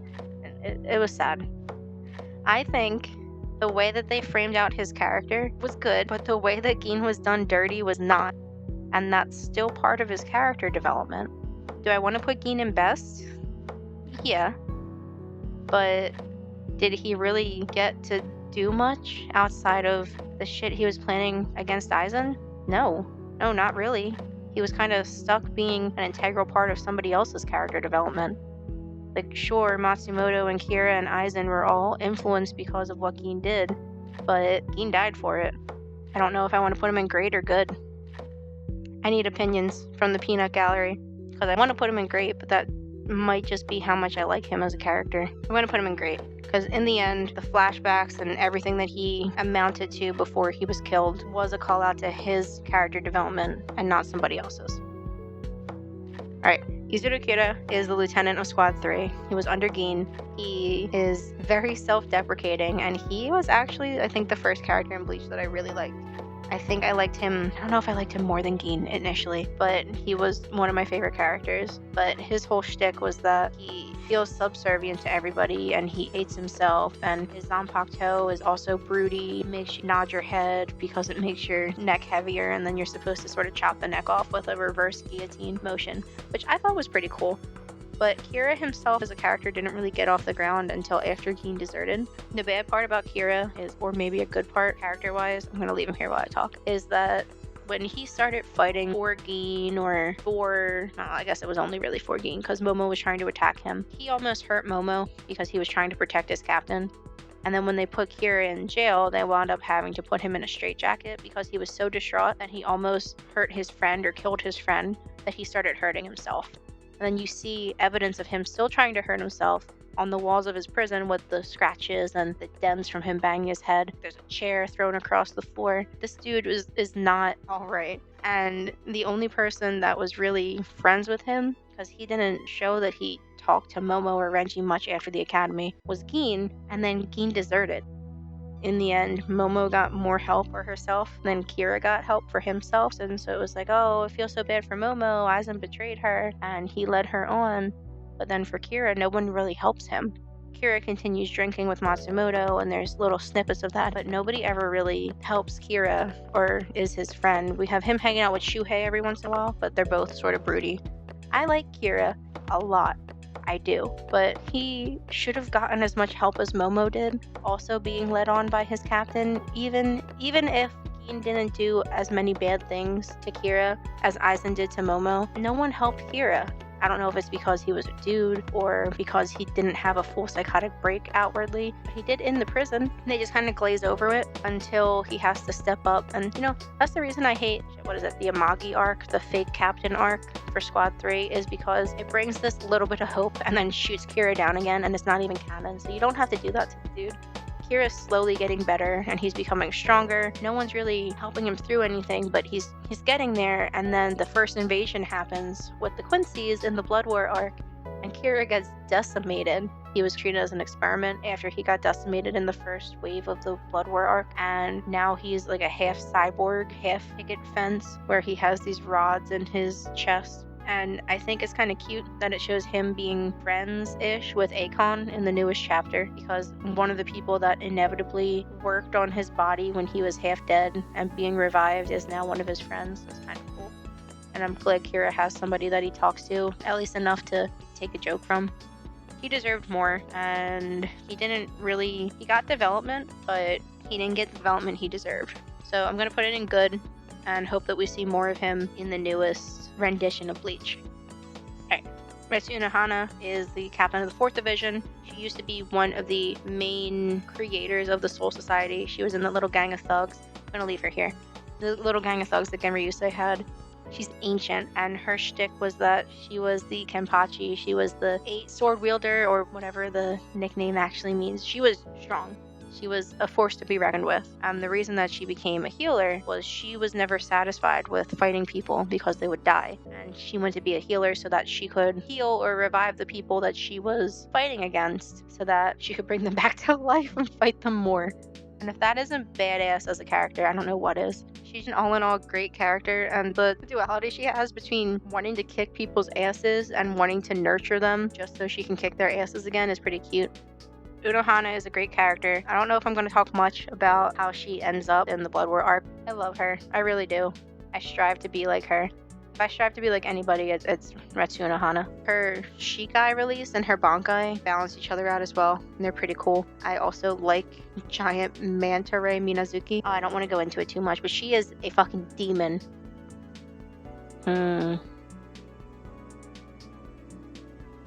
She's going in best. Sane Kotetsu is the now captain of Squad 4. She was the vice captain. Very good at healing. The only downside is that she kind of lets herself get stepped on. It's kind of sad that the only person now who's telling her not to let people walk on her is her sister. Unohana used to tell her not to let people walk on her, which is very cute, very motherly advice. She's the older sister type. She's literally an older sister type, but she's not quite mom type as Unohana was. I like her as captain of Squad 4, and I think it's very poetic that she got to do that after Unohana left. I can't wait to see her actually do healing on the job and fighting, because the only time I remember seeing her really fight was on Sokoku Hill. I don't have anything bad to say about her. I would say good. She hasn't had horrible development. Hanataro Yamada is the 3rd seat in the 4th squad now. He used to be the 7th seat through the Soul Society arc. He helped Ichigo and Ganju, and then he sort of fizzed out. He's more of a mascot character than Kon. Did get a little more development, but less so on his character and more so personality-wise. So like he didn't get much stronger. His Zanpakuto didn't really get fleshed out, which I feel like is a cool power if you can heal everybody and then use all of that to push on someone else. Like Hinataro would be such a good fighter. I just hope to see more of him too. I always say he didn't get much development other than getting pushed around and being friends with Ganju. So, good character. I like him. I think he needs more time to develop. Hinataro and Kira and Gin were my top guys in Bleach when I first started reading. You don't even know. Okay. Saijin Komamura was the captain of Squad 7. He's from a canonical werewolf clan, and to become fully human, you have to let yourself go and then reserve yourself to never being human again. So Saijin is the epitome of loyalty, which I guess because he's a giant dog, he was self-conscious enough to not show his face for a while, and he's a dog with feelings, and I really wish they showed more of him having dog-like traits, like his tail wagging when he's happy, but he doesn't really have a whole first tail in his Hiyori. There is a Shinigami Golden where Shuhei asks Orihime what the best brush is for dogs. So she remembers that he's a dog, and she goes and gets like a pet brush that has the extra bristles that take care of the undercoat. So Hisaki brings that back to Captain Komamura, and it's the cutest thing ever. I like Saijin. I feel like how it ended with him was really sad, but maybe there'll be more later. I'll put him here. Iba Tetsuzayamon is now the captain of Squad 7. Used to be the vice captain. He's very Yakuza-esque. He fell asleep on the toilet when they were getting ready to go watch Rukia get executed, and he apologized profusely to his captain and said that he would commit seppuku because he fell asleep shitting. What a man. He kind of gets outshadowed by his friends, which are Ikaku and Michika and Renji. Oh, Matsumoto is also their friend. I'm sorry. He's also the one that tells Shuhei that he should get over Matsumoto. I think he's one of the first people that does that. I want to see more of him, but as a character, he's kind of been a stereotype. He doesn't really get his own character development. He loves his captain, and he's a rough and tough guy. I know his mom used to be the vice captain of Squad 3, so maybe we'll have more backstory into that. That would be cool, especially now since he's the captain. So I'm going to put him here. He hasn't had much to stand on character-wise. So here's Shinsui Kyoraku. I'm going to put him here, and here's why. Shinsui Kyoraku was born to a semi-noble family. He had an older brother who married a wonderful lady who was from the Issei clan. The problem with the Issei clan is they have a curse that wherever a woman marries a man, the man dies, regardless of who he is or how powerful he is. Any kid that they may have past that is always guaranteed to be a daughter and is always guaranteed to continue the curse. His brother married Nanao's mom. They had a baby girl, and they both separately begged Kyoraku to take care of their daughter and hide away the ceremonial sword that they passed down the family. So not only does this man say yes, he doesn't really care about his brother until his brother's on his deathbed, and then he cares about his brother, and then he loves his brother's family. His wife, his daughter, he wholeheartedly devotes himself to them when he doesn't have to. So this little man takes all this pressure onto himself. He hides the sword within his own Zanpakuto, and he takes in their daughter. Eventually, when the daughter comes into the Soul Society, he takes care of her. While doing all that, which he really doesn't have to, he's also now the captain of the 8th, and he is one of the original people to pass the academy in the Soul Society. So he passes with Jishiro Ukitake, and they're best friends. I still subscribe to the fact that they're probably soulmates in the sense that they are bonded to each other from the beginning, and they're both, now call me if I'm wrong, but as far as I remember, they're both the first individuals to become captains in the Soul Society. Now, I don't think they ever specified if he's the captain of the 8th from the get-go, but he is certainly either the first or one of the first people to become captains. And he's strong. They're also some of the first 2 people to have dual Zanpakutos, which I don't think many people have dual Zanpakutos after that past Ichigo. He's such a good dad character. Like, if Unohana is the standard that we're putting for mom characters, he's the standard for dad characters. As far as, I think Joshiro mentioned it, he's never taken up with anybody, so he's never had a woman or a man that he's been with, and he's never actually played around aside from flirting. So he does his work, he gets drunk, and he makes his vice captain take care of him. It probably took a toll on him to have his first vice captain that we know of become a wizard. As much as he pretends to be like this goofy drunkard flirt, he's super powerful. And I think the thing that's scary is, I don't remember if it was mentioned on like a forum or if I read it in Bleach, but he couldn't train with anybody because his Bankai hurts people indiscriminately, like Shinji's. If he activates his Bankai, anybody who's in the area goes down. It doesn't matter if they're a friend or not. It's not much of a change that he's the captain general. He just has slightly more red tape he has to go through, but I kind of feel bad he has to go through all that because he's the most powerful person they could have picked to be the captain general, so he's the perfect person for the job. But this dude just wants to relax, and then you're just putting more on his shoulders to deal with. In the newest chapter, they're talking about people possibly being brought back from the dead, and the ritual that they've been doing is the reason for it. And Rukia looks at him and she's like, really? Are you serious? Is this actually happening? Because they're talking about her old captain, and he sadly has to say, yeah, as far as the wives' tale goes, that this could possibly be happening and we could have been doing it the whole time. And I feel like there's no better person that could have taken over Yamamoto's spot, but there's also no worse person because this dude probably needs to rest. And it's kind of sad that he didn't get to. But we do get to see more of him, and hopefully even more. That's my highlight from all of this. Also the reveal with his Zanpakuto, and now Zanpakuto is fucking crazy. If you don't feel like waiting for Blood War, you should really read Bleach. So this is Nanao. Nanao Issei is the vice captain of Squad 8. Along with her old captain, they are now both the captain and vice captain of Squad 1. She's pretty powerful. She always sort of reminded me of a secretary, which I guess is the point. Her family is living in this curse. She is a good caretaker for her captain, which may not be the best compliment you can give somebody, but she does love him, and I don't think she knows that he's her uncle until later. I don't know, that's really it. She's his caretaker, even though he doesn't really need one, so he plays it off. I don't know how this woman hasn't had a heart attack yet, but she definitely deserves a vacation. She is the vice president of the Women's Society, which is funny because along with her big bitch baby captain, she has to deal with Yachiru being the president for the short while that she is. So she's very good at damage control. I like her as a character. There's a mention that Lisa, the old vice captain of the 8th, used to take care of her when she was little and she first joined and would read her bedtime stories. She doesn't have much character to go off of, and her development, if you read the last arc, is kind of cool, but I feel like it needs to be a little more personable, and there should be more time to work on that. I'll put it here. She kind of has the personality of a wet piece of cardboard, and her character depends on the people around her, but the factors that went into who she is are pretty cool, and if we see more of her, then that'll change my opinion on her. This is garbage. No, okay, so that's Kaname Tosen. Kaname Tosen has been the captain of Squad 9 for quite a bit. He has been under Aizen's rule for a while because his best friend, when he was blind and the Rukongai, and he didn't really have many other people that wanted to talk to him. I mean, he's still blind now, or technically he was blind now. His best friend was married to the son of one of the noble families, this dude, and because she didn't think him killing somebody, I believe that was the factor, right? He killed somebody in cold blood. She didn't think that was correct, so he killed her too. And because he killed her, Tosen thought that there was no such thing as justice. Because he was in the noble family and he could get away with it, that justice wasn't a thing that existed in the Soul Society. So he joined the Soul Society so he could upheave it, and he met Aizen, who he thought his goal aligned with him.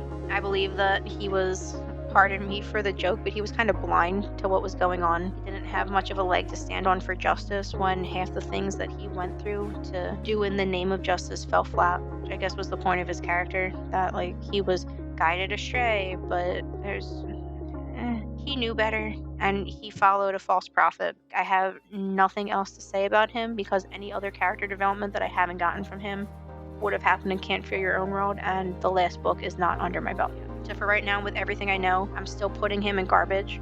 The only time I've ever felt bad for Kaname is when he is about to die in hollow form, and he tells Sasaki, who was his lieutenant, like, sorry for everything I said. I feel like I should apologize to you, and can I see you one last time, because I've never gotten to see you. And and I respect you as a person. You were a good friend. And as he's opening his eyes to see Hisagi for the first and last time, Aizen shoots him between the eyes, and he dies. And that's the only time I'll ever feel bad for Kaname.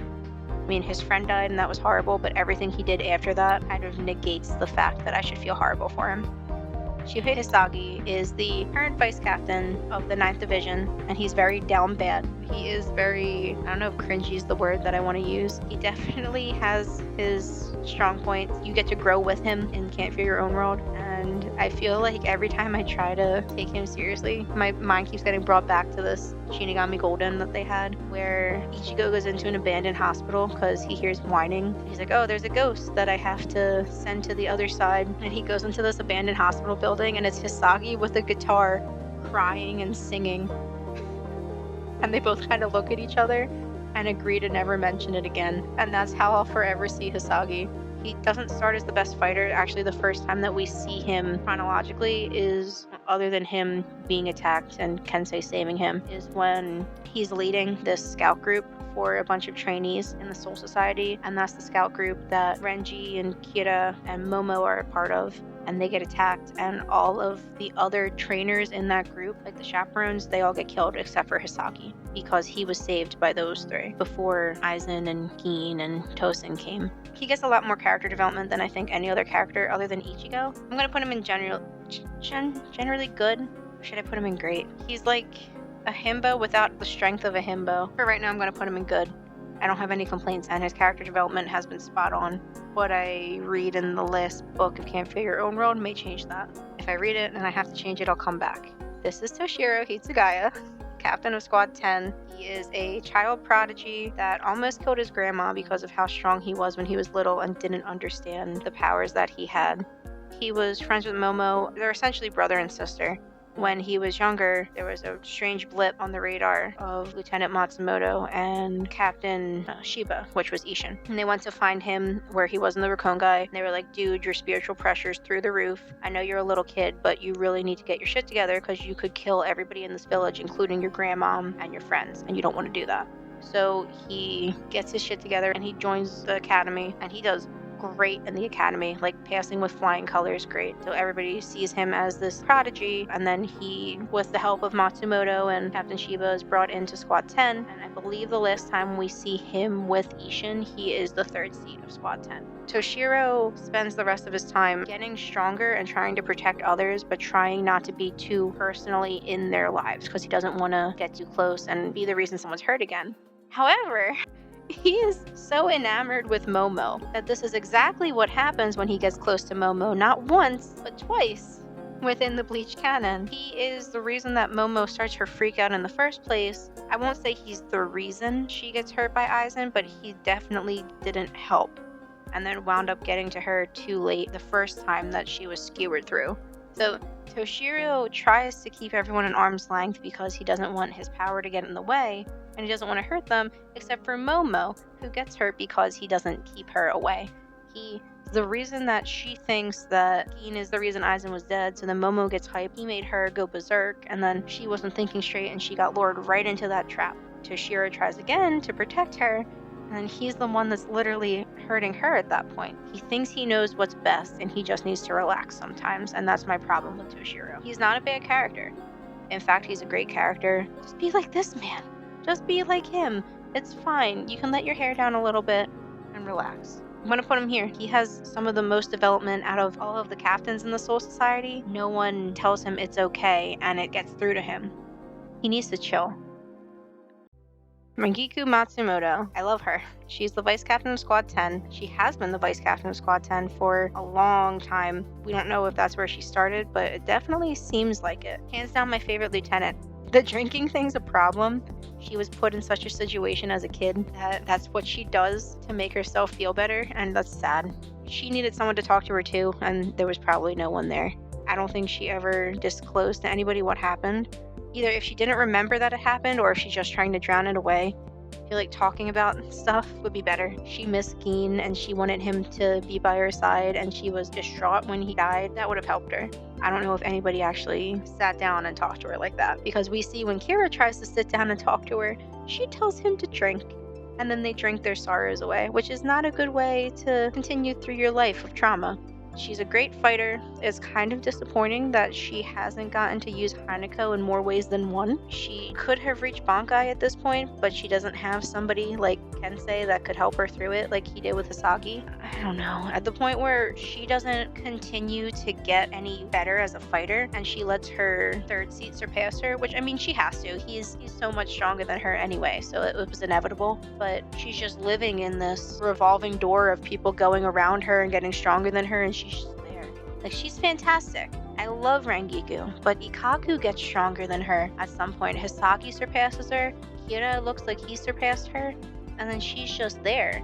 And it's kind of upsetting because as a character, I love Rangiku. And her Zanpakuto has such promise. There's no reason that she shouldn't be using that to its full potential. You can't deny that Hanako would be so cool with a Bankai release. Ishin didn't help her get a Bankai. Gin wasn't there to help her get a Bankai. Toshiro is the only person that she's really close to right now that can help her with a Bankai. Why can't she get stronger? All of her friends surpassed her.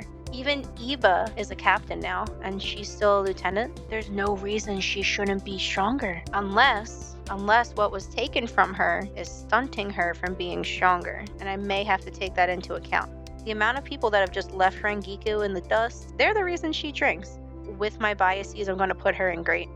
Kenpachi Zaraki was found as a little kid in the dankest recesses of the Rukongai. He was super strong. I don't think he remembers where he came from. He just remembers being alone and fighting, and that's all he's ever known is fighting. So he used to like steal swords and beat the shit out of people. And when Unohana finds him, there's like a pile of bodies next to him. This kid's crazy. So he makes it his goal to fight the strongest people because it gives him a thrill. He meets Yachiru, and he sees Yachiru as this little kid, and he's like, there's no reason you should be here. This is where people are fighting, and she's playing in the blood, and he's like, okay, I'll take care of you. And then that's his daughter. And that's it. No one questions it. It's this really strong guy with this little pink-haired jelly bean. Maybe in the back of his mind, he knows that she's more than just that to him. He doesn't remember where she came from. He just knows he saw her. He trusts her. He follows her directions even though they're always wrong. He listens to what she has to say. She's literally the voice in the back of his head, and figuratively. So like what she's supposed to be as part of his weapon, she is that to him in an emotional sense too. And maybe it's a nod to the fact that he hasn't had family or doesn't remember having family. So he makes his own, and he starts with a part of himself, like Stark, but without knowing. He continues to get stronger. He adopts these two weirdos. He fights his way into the Soul Society, becomes a captain, tells the people that are in his squad, like, he doesn't care what you're like, who you are, as long as you fight and you continue fighting, that's all I give a shit about. I don't care what little squabbles you have. I don't care. Just fight. And that's it. That's his squad. Take a second to imagine him charging at Ichigo and kind of maybe realize how scared Ichigo is every time he sees Kenpachi. Just for a level of scale, Kenpachi cut open a fucking meteor. he's not the best. He still has some personal development to go through, but god damn if he didn't develop from this angry little toddler to this prize fighter, then I don't know what happened. I'm gonna put him in great. Now Yachiru Kuzuichi is a little weird because she's integral to Kenpachi's story, but not to anyone else's story. Or at least not really outside the 11th. She doesn't fight much. She just kind of sits on Kenpachi's shoulder, and it was accepted that she was his daughter. If she couldn't be the lieutenant, then no one's allowed to be the lieutenant under Kenpachi. So people accept that she's his kid. And when she starts fighting in the Blood War, it's very odd. And I don't know how much I'm going to go into it, because even though I have no qualms with talking about the Blood War, there's a point where the story is so convoluted, and me explaining it, it's better to just watch it. She's Zaraki's Zanpakuto, but she's also part of his soul. She's his daughter. As a character, I liked her, but I liked her for who she was, that she was an annoying little kid. But then she became this part of Kenpachi without actually having much development of her own. She had that fight toward the end, which was pretty cool. She had her own Zanpakuto, that she was so powerful, she had her own Zanpakuto, and she had her own release. I like what she was to Squad 11. And what she was as the president of the Women's Society, but I don't like that we didn't have much time with her before she left the pages. So I'm going to put her under good character and horrible development because we need more of her. Kakumanarame is turd. He insists on fighting solo, has always made me mad. I know it's just what he's stood by, but the things that it does to the people who care about him doesn't seem to affect him until later, which is funny. So Keigo watches Ikkaku fight one of the first hollows that come into the world of the living. I believe it's one of Grimmjow's. Edrad, the volcano hollow. Edrad's a worthy adversary, but because he's fighting Ikkaku, Yumichika has to stay out of it. During that fight, we see Ikkaku's background, and it's the drags the Rukongai with Yumichika, and Yumichika just kind of follows him around while he fights, and that's how they live. It's like an unspoken rule that he fights until he dies, and nobody helps him. There's no preempt to why Yumichika is his best friend, but it just starts out this way. So we're led to believe that they're like that close. Yumichika would go anywhere he goes, and he would protect Yumichika with his life. However, this dude doesn't understand that when you have somebody you care about that much, you don't just leave them. Ikkaku continues fighting until he meets Kenpachi, and Kenpachi says, "Come back to me and get stronger, because if you fight to the death now, then you're never going to have a good fight again." He continues wanting to fight Kenpachi, and it's this addiction he has now where he needs to find Kenpachi, he needs to fight him again because Kenpachi left him and didn't kill him, and he wants to know why. So he goes out of his way with Yumichika in tow to find Kenpachi again in the 11th. He fights his way into the 11th squad. I'm sure Yumichika does too because they're both there, and then they both become 3rd seat and 5th seat respectively because Ikkaku is powerful enough to be the lieutenant, but Yachiru has taken that position and no one's going to argue with Kenpachi on that. And Yumichika is strong enough to be the 4th seed, but does not like the number 4. We'll do both of them. They come as a pair. Like balls. So there they are. My problem, Ikkaku has the dumb thought in his head that he has to fight to the death and fight alone until he almost dies at the fake Karakura town arc. Everybody wins their fight. Yumichika wins his fight, Hisagi wins his, Kira wins his, and then Ikkaku loses. And he loses because he doesn't want to reach Bankai. He thinks if he uses a Bankai and everybody's around to see it, that he's not going to be able to be under Kenpachi in the squad anymore. Which mirrors Yumichika's worry that if he uses his Kido-based Zanpakuto and people see it, he's not going to be able to be with Ikkaku anymore. Oh, it's horrible. Kenpachi preempted joining the 11th squad, saying that he doesn't care who you are as long as you fight, and you fight with all your power, then you can stay. And then these idiots do not fight with all their power because they're scared they're going to get kicked out of the 11th squad. I don't know how they got it in their heads. For him, it's framed as like a coming out sort of thing, that he has to come out and tell people that he was born into the Soul Society with a Zanpakuto that has Kido-based powers. Ikkaku has to come out and say that he's gotten strong enough that he can surpass his captain. And it doesn't seem like that big of a deal, but it is to them. And it almost gets Ikkaku killed. When Ikkaku almost dies, I think Saijin Kamamura was there to help him. Yumichika gets so fucking distraught they have to knock this dude out so he doesn't jump into the fight to help Ikkaku, which goes against everything Ikkaku's about, and also could have gotten Yumichika killed. So Shuhei and Kira knock Yumichika out so he doesn't kill himself, and then they make sure Ikkaku's okay. In the Blood War, Yumichika starts revealing that he can use Kido. Ikkaku has to tell him not to use Kido because the person that they're facing probably wouldn't be good against them. So he hits him to get him to stop fighting with Kido. And they're so dumb. They're so dumb. But the development they go through is less like going down a water slide and more like going down a water slide without water during the summer. It's painful. Just like in Squad 1, there's some point where like you tell people that you're strong enough to reach Bankai, but you don't want to be a captain. Please let me stay under my captain, and if your captain vetoes it, it should be fine. Like if your captain lets you stay, it should be fine. Kenpachi doesn't care. Kenpachi loves them. They're his idiots. They're his squad. They're his family. He would never make them leave. They're both just dumb. Squad 11's very dumb, and I love them so much. They're my idiots. Character-wise, they give us a lot of material. It's just very painful to watch them dance around who they are in front of everybody, even in front of each other. Like, just get it over with, rip the band-aid off, please. For the love of God, you've known each other for hundreds of years. Just stop.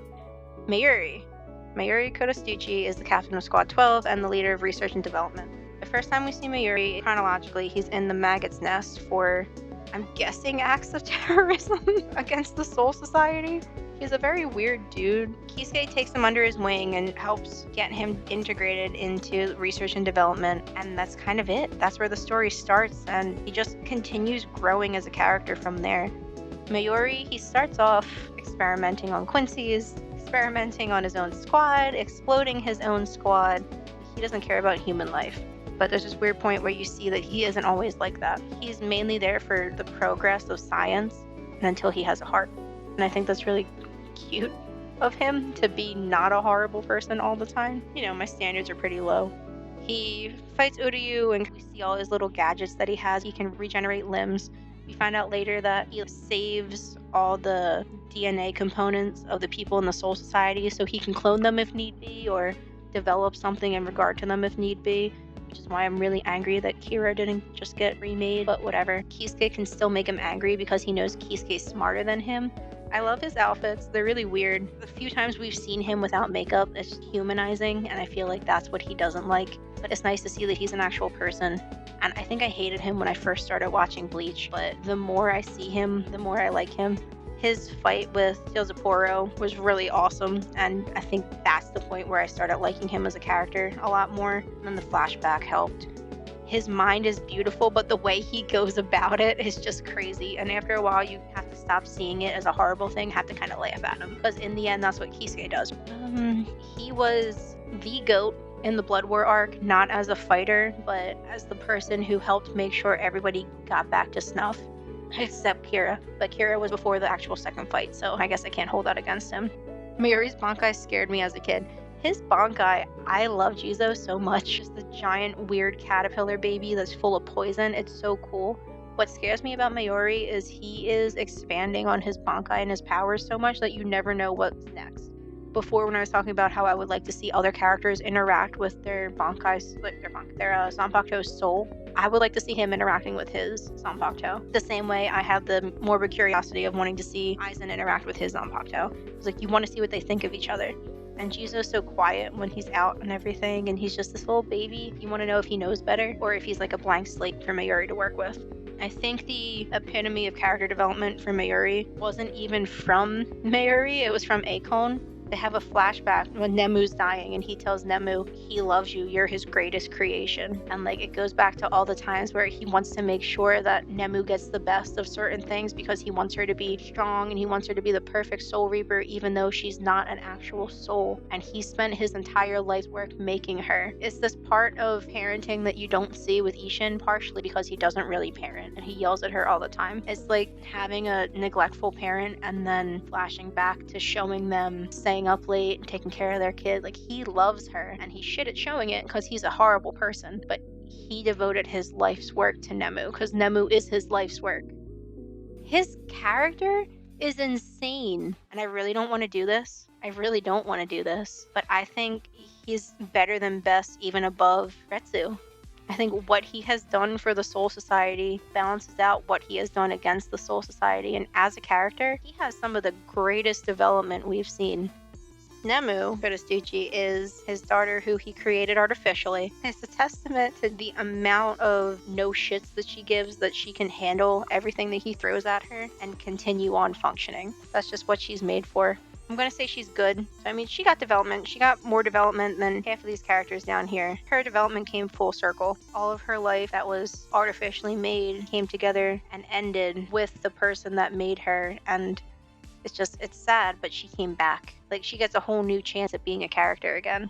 Akon is a character that has been within research and development since we've known Mayuri to be in charge of research and development. I've always liked him. He was kind of the calm in the chaos. He took care of things when Mayuri would freak out. He's the third seat until he is the lieutenant most recently. He would be in charge in the stead of the captain, which is more than Nemu has done, because usually when somebody questions something and Mayuri's not there, Nemu's also not there. So Akon ran Squad 12 when no one else did. I just like the quiet, no bullshit character. He is the best representative of research and development, more than Mayuri is. He's dedicated to the science of it, and he's no nonsense. Like, he wants results. And he's not going to cause a world tragedy because of it like Mayuri would, and he's not emotionless like Nemu, where she follows Mayuri and she won't do anything that he would be against. He's his own person, and he's as much in charge as I would think Kisuke would be. I can't wait to see him as the lieutenant of Squad 12. This little baby. Look at him. I would bite her finger off. He's a very calm and concise dude, and I feel like that's what was needed to counterbalance the eccentric captain that they have. But what a fine man did he age into. I mean, we did see him develop as a character and the way that he helped in the final arc, and we do see him now too. So I'm just hoping that he gets more personal development.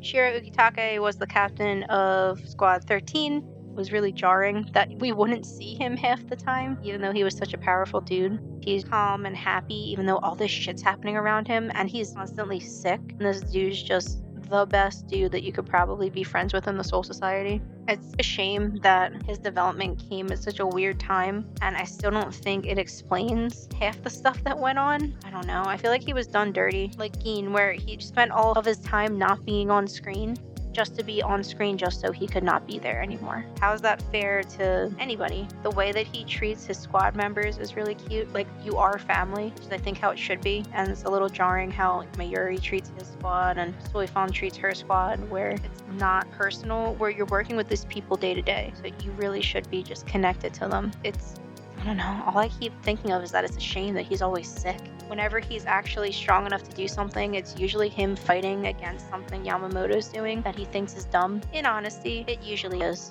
And he's powerful too. Like, can you imagine if he wasn't sick half the time? I think I'm going to put him in great, and let me just reorganize the greats over here. I'll put him ahead in great. I don't have anything bad to say about Jushiro.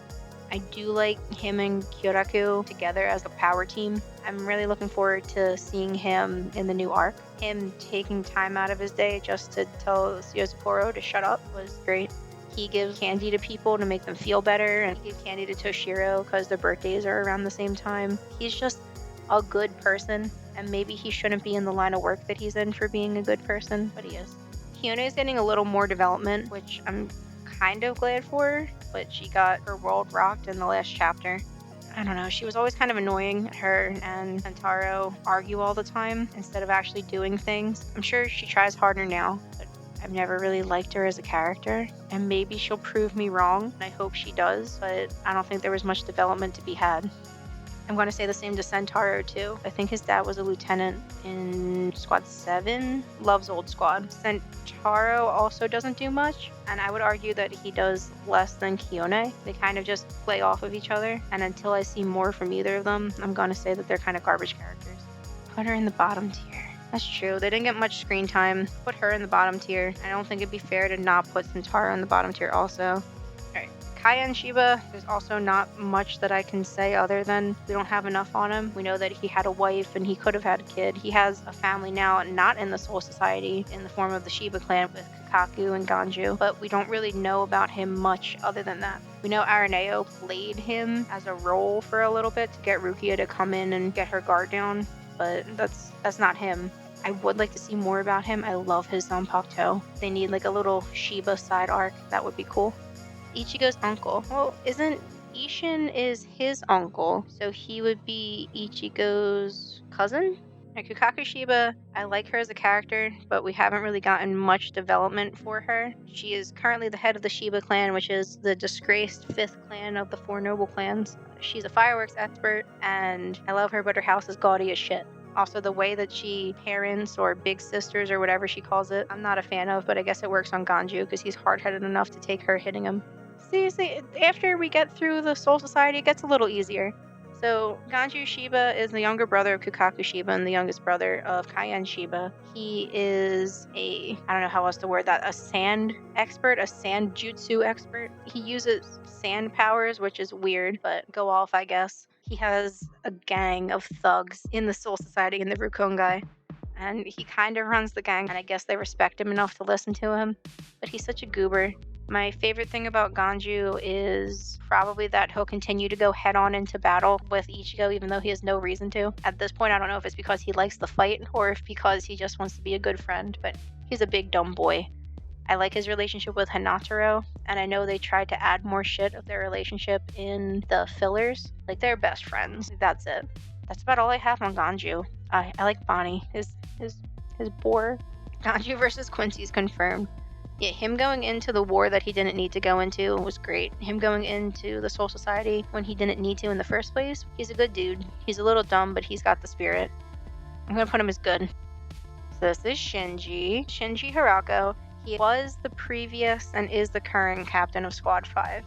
He was the leader of the Wizards when the Wizards were exiled, which means he has a cool hollow mask that looks kind of like a pharaoh. His powers are awesome. Like, what do I say about Shinji? He's this weird, eccentric dude with piano key teeth. His powers flip everything on their head, literally. Up is down and left is right. My only down point for Shinji at this point was that he thought something was wrong with Aizen. So he kept him in his line of sight by making him his lieutenant, but he still failed, to no fault of his own, but he failed to stop Aizen because even though Aizen was right under his nose, it made it the perfect opportunity for Aizen to use it against him and hollow-fi him, which was horrible. And I think my favorite character development point in Shinji is when he's hollow-fied and on the ground in the flashback arc, Kisuke comes to save him, and he looks at Kisuke and he goes, "Why are you here? You need to run. Save yourself." And Kisuke just smiles and looks away. He figured at that point if he couldn't fight his own battle and if his friends were going to go, then that was it. Thankfully, Shinji is still here. He's a very powerful wizard, and he's back as the captain of Squad 5, which is where he should be. In Can't Figure Your Own World, he's also a badass. As a captain, he's one of the most powerful. Just helping Ichigo alone to throw his hollow powers. Then he fought in the Fake War, and then he fought in the Blood War. He's fighting now and Can't Feel Your Own World, and this dude just goes above and beyond when everything about his personality says lazy, sort of like a Kyoraku. Everything about your personality says that you want to be left alone and you don't want to deal with things, but you're strong and you help people for no reason other than just to be a good person. I think Shinji's probably above Genryusai in that for me. I like him a lot, if you couldn't tell. I hope Shinji being my favorite character didn't influence you. Dude, so my top 5 characters in Bleach are Gin, Kisuke, Shinji, Kon, and I guess it's a toss-up between Rangiku and Yumichika, but I'm going completely based on their character. So if their character didn't get enough development, like Gin and Rangiku, I'm not going to put them in best for no reason. That's kind of shitty. That takes away from other characters that should be up there, and then that kind of takes away from the title. Agreed? Rose, or Rojuro Otoribashi, was the captain of Squad 3 and is the current captain of Squad 3. He was one of the people in the group that got turned into hollows, also known as the Wizards. He was part of the reason that Ichigo learned how to handle his hollow. I'm really glad that he's back to being the captain of Squad 3. Obviously, I have a love for Kira, and I think Kira needed the captain again. He's a good guy. He's a little weird. I think my last stream I mentioned really liking the Killers. Every time I see Rose, I'm reminded of Dave Kooning, which is the guitarist from The Killers, because that's what he looks like. He's very into music, and I believe he also reads the manga that Love provides every once in a while. So he's just this artsy-fartsy dude. I also like Rose's Bankai, because she has a whip. Kinshira Butodan, which is the dancing troupe, is his Bankai. And it has 3 parts. So it has a sea drift, which is the first part, which makes people believe they're being drowned. Prometheus, which is the second part, makes people believe they're being burned. And then Ein Heldenleben, which is translated to a hero's life, that wasn't seen, but that's the point where the guy that I don't like, shit. God, what's his name? He bursts his eardrums because he doesn't want to hear it. But that's so cool that you have this Zanpakuto that's based completely in sound. It's just hallucinogen. That's all it is this weird sound-based hallucinogen that makes you think you're being injured, and then, it's so... And you're actually being injured because of it. It's so cool. And these weird faceless dancers that come out of it creep me out. Yeah, the one with the cheering dude. It's Masked the Masculine. I did not look that up. I swear to God, I thought of it on my own. And I think his cheering dude's name is James. And I don't like him. I just don't like him. And what I also like about Rose is that he has a mask that reminds me of a plague doctor's mask. Rose is just all around a character that I like. I like the aesthetic of him. I like what he's been doing, and I don't think that he's been developed enough as a character to make me hate him. So I'm gonna put him in good. Put him up here in front of Nemu. I'll put Akon in front of Nemu. Isane behind Akon. Saijin behind Akon. Kira, Yoruichi, Orihime. Okay, that seems alright. But Rose's aesthetic alone is reason for me to love him. I can't tell you how much I freaked out when I saw his Bankai. Him and Kyoraku are the only ones that I can remember that have a Bankai that comes in parts. So his comes in concert parts, and then Kyoraku comes in play parts. And it's just brilliant. But I don't know enough about him as a character to put him in the great section. Love Aikawa. I liked him about the same as all the other Wizards, where we didn't get much development on him. His mask is this weird ogre mask. He would always talk about stealing people's manga and reading it. I don't know. I feel like there wasn't much development, but I like his design a lot, and I like his zanpakuto. I like the fact that it's a big fuck you club. Did Love actually? I don't think he ever... I think Love is one of the people that actually stayed back in Katakota Town. I don't like his character that much. I really don't want to put him in garbage. I think I'll go with good development and horrible character, because as a person, we haven't really gotten to see much of him, but we did see him fight in the Blood War, and that was pretty cool. I really wish there was more. Kensei Mugarama is the current captain of Squad 9, and he was the former captain of Squad 9 also. He's a big, meaty dude who doesn't give a shit what you think and punches things very hard. I feel like Wizards can be put into the not enough screen time category. Yeah, you know what? Let's do that for Love. Only some of them, though. Kensei, I feel like, has had enough screen time. He helps Hisagi better himself, and that's his whole thing. Like, he wants you to be strong enough to continue fighting, and he has almost no time for other people's opinions. Personally, I don't like the type of person that he is, because he's just brash, and I guess that's what Hisagi needs as a captain, but that's not usually what I go for as characters that I like. I'm going to put Kensei in good. I like what he stands for as a character. I like the fact that he helped Hisagi continue to get his Bankai, and he's friends with Mashiro even though she's annoying, and I'm just going to leave it at that. Lisa Yanamaru was the former lieutenant of Squad 8, and now she's the captain of Squad 8, and she very much likes schoolgirl uniforms. She is heavy on reading manga and BL and erotic types of books that she lets Love borrow, which is what I was talking about before. I don't think I can imagine her new lieutenant and her in the same room.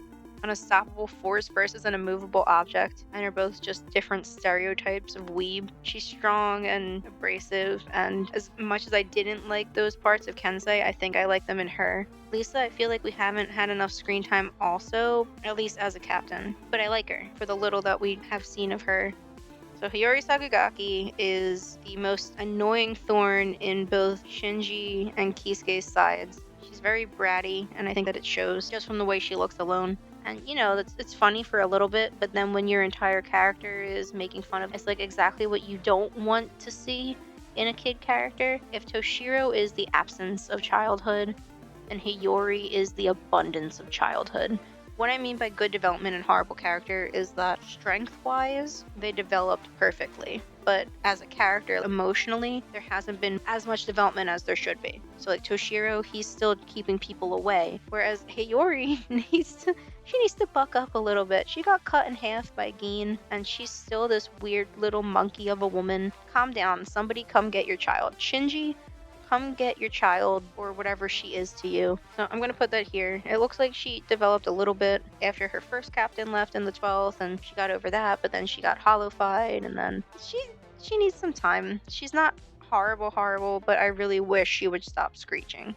Mashiro Kuna was the lieutenant of Squad 9, and now she's the co-lieutenant of Squad 9. She's the lieutenant along with Hisagi. She's very annoying, but she's almost like the endearing version of Hiyori. Mashiro, I think that she's goofy in the I'm being quirky kind of goofy. I also really like her hollow mask because it looks like an alien or a bug. And I'm kind of glad that she's the vice captain with Hisagi. I feel like it's good for him, but I'm pretty sure when Kensei's training Hisagi for Bankai, he's like, hurry it up because Mashiro is going to come back and she's going to ruin everything. As annoying as she is, and as much as I cited that I don't like Hiyori because of her being annoying, I like Mashiro's brand of annoying. Because Mashiro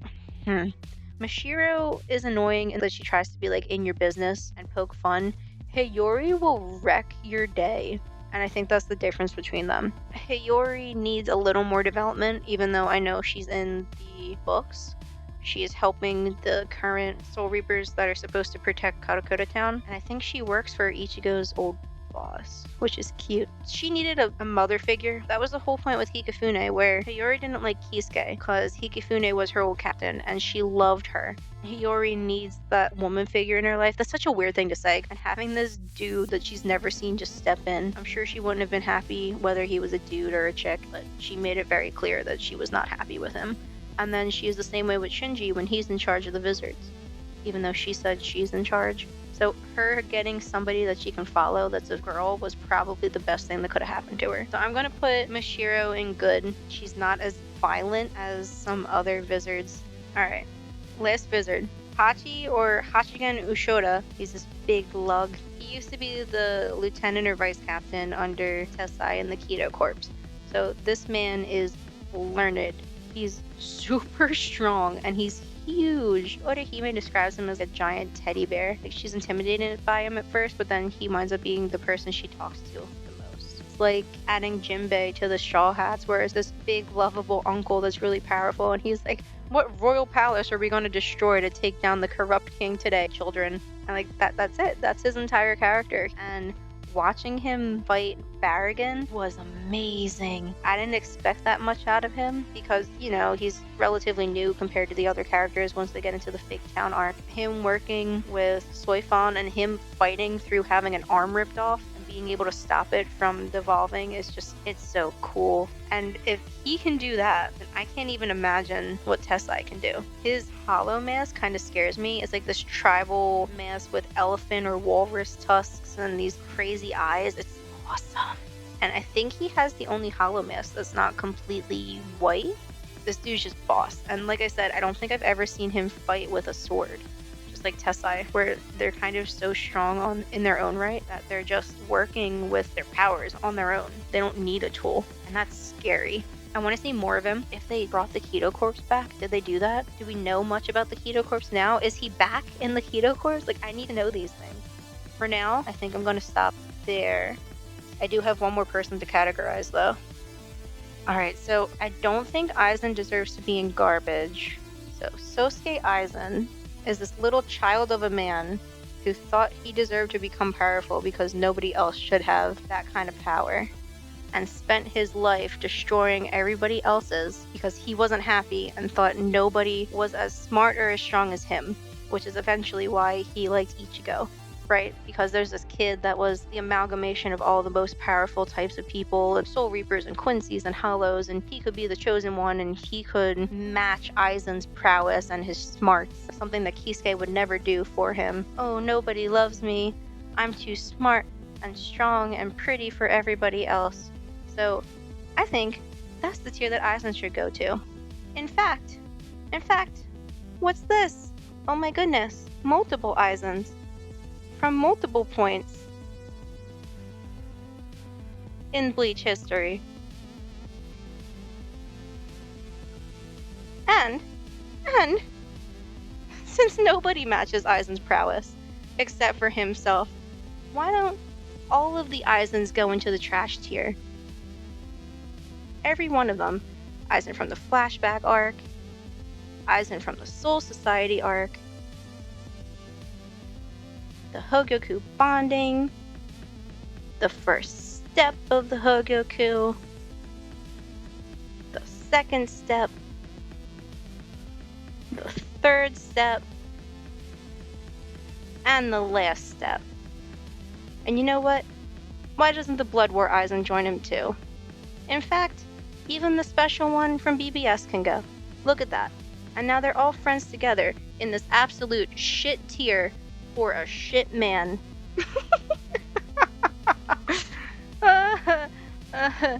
Aizen's horrible. Boom. Roasted. Aizen wanted a strong opponent. Yeah, at everyone else's expense. But in reality, Aizen is a horrible character that has a great story, right? I hate him because he's the villain, and you're meant to hate the villain. And that's the whole point. Kupo did really good to make somebody that I could hate. I hate him. I hate Sosuke Aizen. What he did to all the other characters that I liked. Let me scroll up. I know that it's not going to follow because the other ones are from the stream. But what he did to all these other characters, to Kisuke, Shinji, the things that he did to ruin Genryusai's day, Gin, Matsumoto, Ishin. He's the reason Ishin's whole family's fucked up. Ichigo, he's the reason that Hisagi's down because Tosen would have never joined him in the first place. He's ruined all of these characters' lives at the expense of finding somebody who was a strong enough opponent for him. Get the fuck out of here. That's what a loser would say. And he did say that, in fact. In the end of the Fake Town arc, when he's fighting Ichigo, he screams at them that they're all losers before he gets locked away. Because he has no other retorts. In the end, he's the loser, and he can't fathom the fact that he destroyed the lives of millions of people just to gain power? For what? What is the power going to get him? More loneliness? Talk to a therapist. Talk to, I don't know, maybe the captain that you had when you formed this scheme in the first place? You could have had friends and you didn't because you started all this shit. Eyes and Tears garbage. Garbage. And I hope you all learned something from this. Do I like him as a character? Sure. The fact that he's this big bad because he thought nobody else could rival his smarts? Yeah, that's good character development for a villain. Is it good character development for a character? No. Do I like him as a person? No. Do I understand why people like him even after he's done all this shit just for his own personal gain? No. It's like people liking Yoshikage Kira from JoJo. He's not a good person. He's a serial killer. Calm down. Aizen's not hot. Aizen's not smart. He's just psychopathic. Sure, does he have some good ideas for certain things? Does he think that society is corrupt and that the noble houses are corrupt and that the society shouldn't have to listen to them and it's not for the good of the public? Yeah, he has some good ideas. Does he ever execute them in any way that could be seen as good? No! Sosuke Aizen is a horrible, horrible character. He's not the biggest bad that they have in Bleach. There's Yawak and other shit, I guess, but he's the product of the society he grew up in, and because nobody coddled him and told him that it was okay that you're the smartest out of everybody, he became this. Aizen's trash, and he doesn't even deserve to be in garbage. Ryuken and Soifon and Tosin don't deserve to be put in the same level as him. That Aizen's so selfish and has his head shoved so far up his ass that he can't even see that things would have been fine if he just would have fostered friendship like every other fucking shonen talks about. He turned into this, and now they have to send a 17-year-old to deal with him and put him in his place because he doesn't know how to act as a 100-some-year-old man.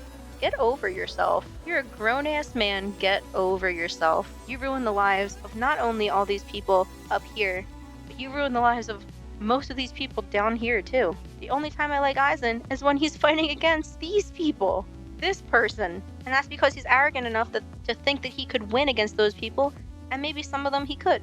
Aizen's only use is a tool to fight against the bigger bads in Bleach. Then why'd he lose? Oh, man. Why did he lose? Maybe because he's not as strong or smart or handsome as he thought he was. He thought he was king of the freaking world and he deserved to be king of the Soul Society. And where did it get him? In a chair. And what's upsetting too is when he calls them all losers and he's yelling, inconsolable, having this full psychotic breakdown. You know what Kisuke does before he steals him? Kisuke looks at him with the most sadness and pity that you ever see Kisuke use on screen again. Because something happened in this man's life that made him think that he should act this way. And he absolutely got nothing for it, except for thrown in prison for life. I get liking a character. Obviously I like a character that people can say is trash. Gin's not the best character in Bleach, and it shows. I'll admit that I like him, but his development sucked after some point. He could have been better, and he wasn't. But Aizen was never better, and people who defend him but hate on Gin can leave. Like I said, he's an alright character, but I don't see the hype. He sucks as a person, which makes him a good villain. But that's about it. You know why Aizen didn't lose to Gin? You know why? Because the fake Hogyoku that he made gave him a phoenix down, essentially. Gin would have killed Aizen if the Hogyoku, which nobody knew what it did in actuality, granted Aizen's wish to make him a god. Aizen got a power-up. That's cheating. And you know how he got that power up? By killing people and taking souls from kids like Rangiku, who did not deserve it. Gin didn't kill people to get strong. He killed people so Aizen wouldn't think he was a spy, so he could eventually kill Aizen. And Aizen circumvented that by killing people. I'm not defending this man, ever, in my life. He can go rot. I finished Can't Fear Your Own World, finally. Cover to cover. Finished all 3 books. I took a lot of notes, so there will be times during the stream where I'll have to go back through my notes before I make any claims about certain characters. Other than that, everything's handled. I think I have it down. I'm really excited, and I want to start by moving people around. So what I've learned about Izuru Kira is apparently, this is for Kyle, because I'm pretty sure Kyle's the one that mentioned it in the first place when I did like my 3 in a row Kira rants. He is classified by Mayuri as a living corpse. He has a separate classification from the corpse squad, but he is the only living corpse that Mayuri cites under his control, quote unquote.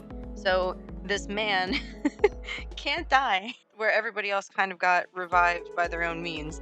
He's just there actually being a living corpse. And now that, well, I'll get to Gigi later, but Gigi's actually being monitored by Mayuri, so technically they could zombify Kira to fix him and then reverse the zombification, but that's too much, apparently. So that's where we're at with him. It's still sad. I'm not moving him from good. I'm just very disappointed that he wasn't allowed to not be picked on, even in death. He's still suffering. Help him. And that's the general theme from Can't For Your Own World. In Bleach, you don't die. Like I rant about how Gin dies and he's gone and everything. A lot of people in Bleach just don't die. And that goes for the Soul King too. So apparently the Soul King held the world together in the first place. He's doing that because he's all powerful in all different aspects. Like one of those character charts that you see on the back of manga where it shows their power and it has like 5 different points. His are just 100 each way, which is great. But because of that, Soul King kind of thicky though. No, we're not getting into that. So actually, being attracted to the Soul King is borderline necrophilia. And here's why. I'm looking through to make sure I have the exact quote from the book. Borderline is the key word. Now you're thinking, oh my god, you guys are a mess. Okay, so regarding the Soul King, they wanted to separate the 3 realms because the realms were all together. And the Shiba clan's ancestor, because we're dealing with one ancestor from each of the original clans. So the Shiba, the Tsunaya Shiro, Kuchiki, the Shihoan, and then the one clan that's unnamed thus far. So the Shiba clan wanted to talk to the Soul King and explain to him that everything should be separated, and here's why. And just like me, they had their TED Talk PowerPoint pulled up. They were going to try to get in the good graces of the Soul King and change his mind point. The Tsunaya Shiro ancestor took the opportunity that the Soul King was distracted to seal the Soul King in a crystal and cease him from progression. They stick him in time, he's unchanging, and then because they're scared of what he still would be able to do stuck in time, and I will read it from the book, without letting the Rayo live or die, they tossed him into a contradictory spiral of simultaneous continuous life and death. They even tore away his right and left arms that ruled stillness and advancement. That likely was not enough, with the Tsunaya Shiro leading them. Several of the ancestors spent a great deal of time carving out the Rayo's heart, whittling away his legs, scraping out all of his internal organs, and removing them from his body. They did this in order to carve away his power and to render him simply a convenient figurehead for their benefit. They destroyed that man. Horribly. So this guy who was in a situation same as Ichigo and Ginjo and Hikone, where they are all powerful whether because they want it to be or not. They're in a situation of power that other people who are merely soul reapers or merely hollows, like it can't be comprehended. So instead of reasoning with them like the Shiba clan ancestor wanted to, they freeze him in time, rip off his arms, tear out his heart, scoop out his internal organs, and cut off his legs. That's the Soul King. I hate it. It's so bad.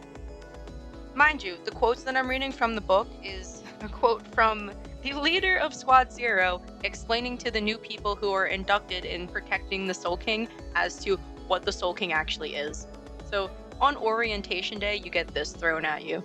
Not even to say that the actual Soul King they're protecting now is the remnants of Yawak. And Yawak is either the Soul King's son through some sort of spiritual means, he was blooded off of him, or he physically had a child and the child popped up. So the entire time, Yawak is trying to get to the Soul King and he's like, oh, this is pathetic, this is pitiful, this is where you're at now. He's trying to stop his dad from being kept in a space between life and death and eternally in pain. I hate having knowledge. I was so content with stopping at the end of the Waco Mundo arc. Like, I could have been there, like half the other people that like Bleach. I could have just stopped. Who fucked the Soul King? That's the real question. So, it seems to be a theme that they keep characters sort of suspended between life and death, and then there's a constant theme of pain within it too. Like, you can't just be a zombie with, as Gigi makes people, and not feel pain. It's just Kira is an animated corpse, a living corpse, as Mayuri calls him.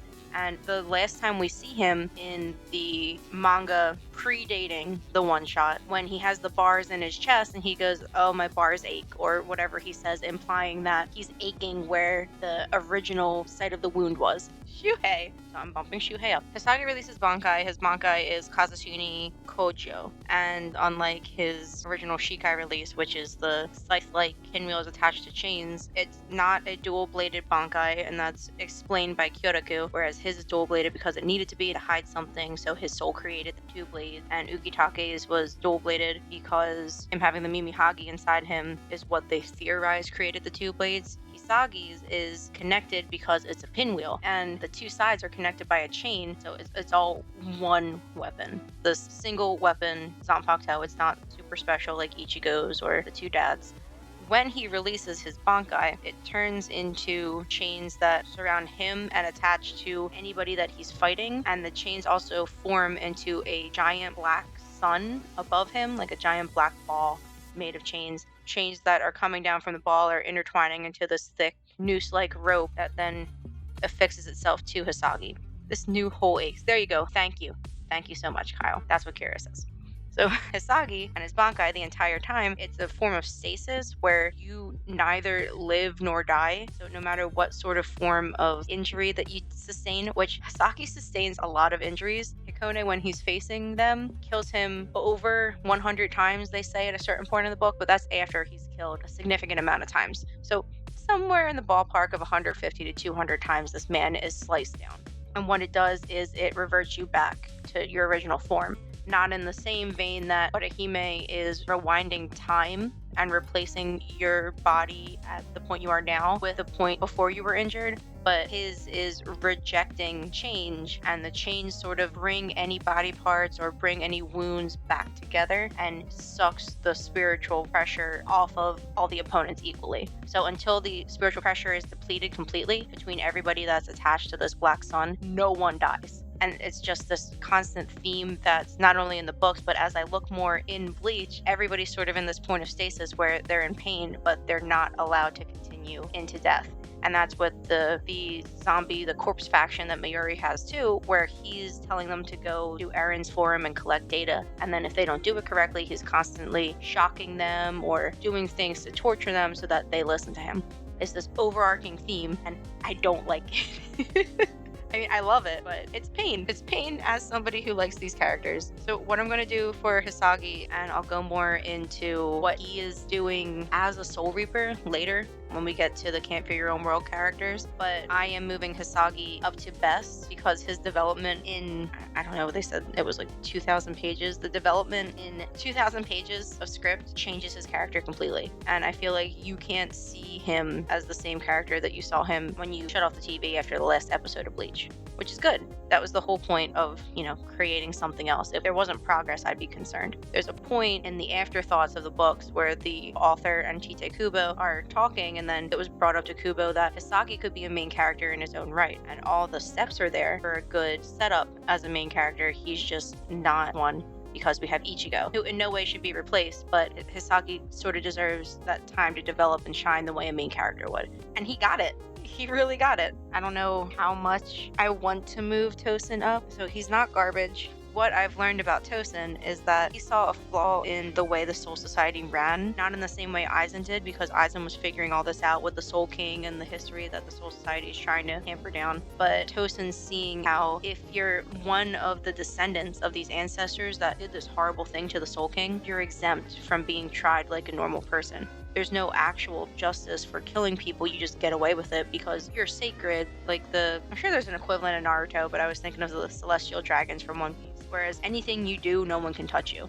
But the problem with the celestial dragons in One Piece, as opposed to the families in Bleach, there's a lot of people in the families in Bleach that are good people, and they're also within this military of Soul Reapers. So they see both sides. They really don't take advantage of being exempt from being tried for crimes because they would rather live as a Soul Reaper than live as a part of the royal family. Whereas you don't see as much of that with the celestial dragons. But most of the celestial dragons that you see in One Piece are really dumb to what's going on in the world and understanding everything. training, whereas the characters that were fed through Kubo that belong to the royal family, whether it's in the fillers or the actual content of the original manga or the novels, they're conniving and some of them are super smart, like one of the main antagonists in the book.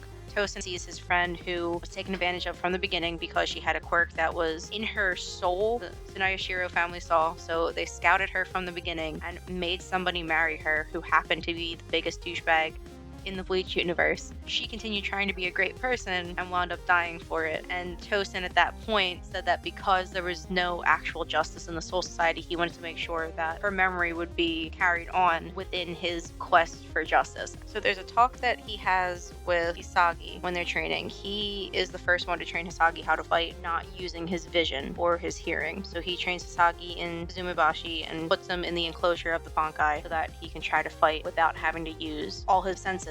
After the fight, he stops so Hisagi can catch his breath, and he says he doesn't want to be turned into a monster. He doesn't want to be so far away from his morals and his values of what he thinks is right. So what he says is, if a time comes when I learn about those things that I see only hope and pleasure in the remade world, and I forget my fear at a time, perhaps I'll stop being a warrior. His whole goal is teaching Hisagi that if you don't fear the sword that you hold and the power that you hold, and you start thinking that you deserve to have this, or you see pleasure in killing people and you see pleasure in getting your way, then that's when you become a monster. And really, that's what he did. In a literal physical sense, he also became a giant monster. Giant, ugly bug monster. Thank you for drawing that, Kubo. But then we have a parallel, because toward the end of the book, he has a conversation with Aizen way back. So Aizen's in Mugen, and he is sensing that the spiritual pressures are changing, and that somebody has died from the clan, and that the wheel of fate is turning, and all that shit. He thinks back on the conversation he had with Tosin before he erases it from his mind, because he doesn't need it anymore. But Tosin says, if my cause is a fraud, then I absolutely cannot be forgiven. For my heart is filled with false salvation, please destroy the entirety of my Kompaku. That is my wish. So he told Aizen that if he ever strays from the path of trying to find true justice, and he lets his guard down and accepts that some parts of the Soul Society are okay, because that would completely sully the fact that he's trying to find true justice in the first place. If he ever shows weakness and strays and gives in, to kill him. And he doesn't tell Hisagi to kill him, but in the same way, when Hisagi's hearing that Tosin doesn't want to turn into a monster, he takes it upon himself to try to teach him again what it means to be a Soul Reaper. So Hisagi's fighting this giant monster, and he stabs him through the head, and then Aizen sees that Tosin's waning and going back to accepting Hisagi and the Soul Society in certain parts, and then he kills Tosin. So in a way, both promises or both pacts that are made with the two characters that Tosin shows the most revere toward that are alive become fulfilled. And I hate that I get this information after he dies, but I'm glad that the memory survived him more so than any memory that anyone ever has of Geen. So at least Tosin continues to live on in people's memories, except I guess Aizen's, because that part is erased now. But he's not a bad character, and his character arc continued way further than his actual life in the story. That does show promise for a good character. His development was great, but as a character, I don't really like him, so he's going up here. I guess I was really going to put him in a tier. I was really going to put him somewhere. I probably put him either in great or best, because what he does for the story is more than most of the characters in Bleach ever do. But for now, I'll stay there. We're going to start with Don Kanoji, and I am not a fan of him. I know he's doing his best he could be. He's no Soul Reaper, so he's trying with what he has, and he's a TV personality, and all he does is get in the way. The first time we meet Don Kanoji, he is showing this, a haunted hospital, and there's a kid inside, and angry spirit, and he's agitated. So instead of helping the spirit like Ichigo is being taught how to do, and it's a very good dichotomy between people who are trained to deal with the spirits and people who are not, he sticks his cane into the hole of the spirit and agitates it and makes it a hollow faster, which is dangerous to everybody that's around. Oh god, he rummages around that hole. He does! And it was awkward to watch as a kid. It was awkward to read, and it's just still thinking about it. Where do you think that's right? Even if the person that you're seeing you don't see as a person, they still have the visage of being a human. So you're causing this human pain, and then you're seeing them become something that you can't deal with. I hate it. And then even in the Fake Town arc, when he follows the kids around, the kids who are way more equipped at dealing with Soul Reapers than he is, for whatever ungodly reason for being around Ichigo, he follows them around, and he helps a little-ish.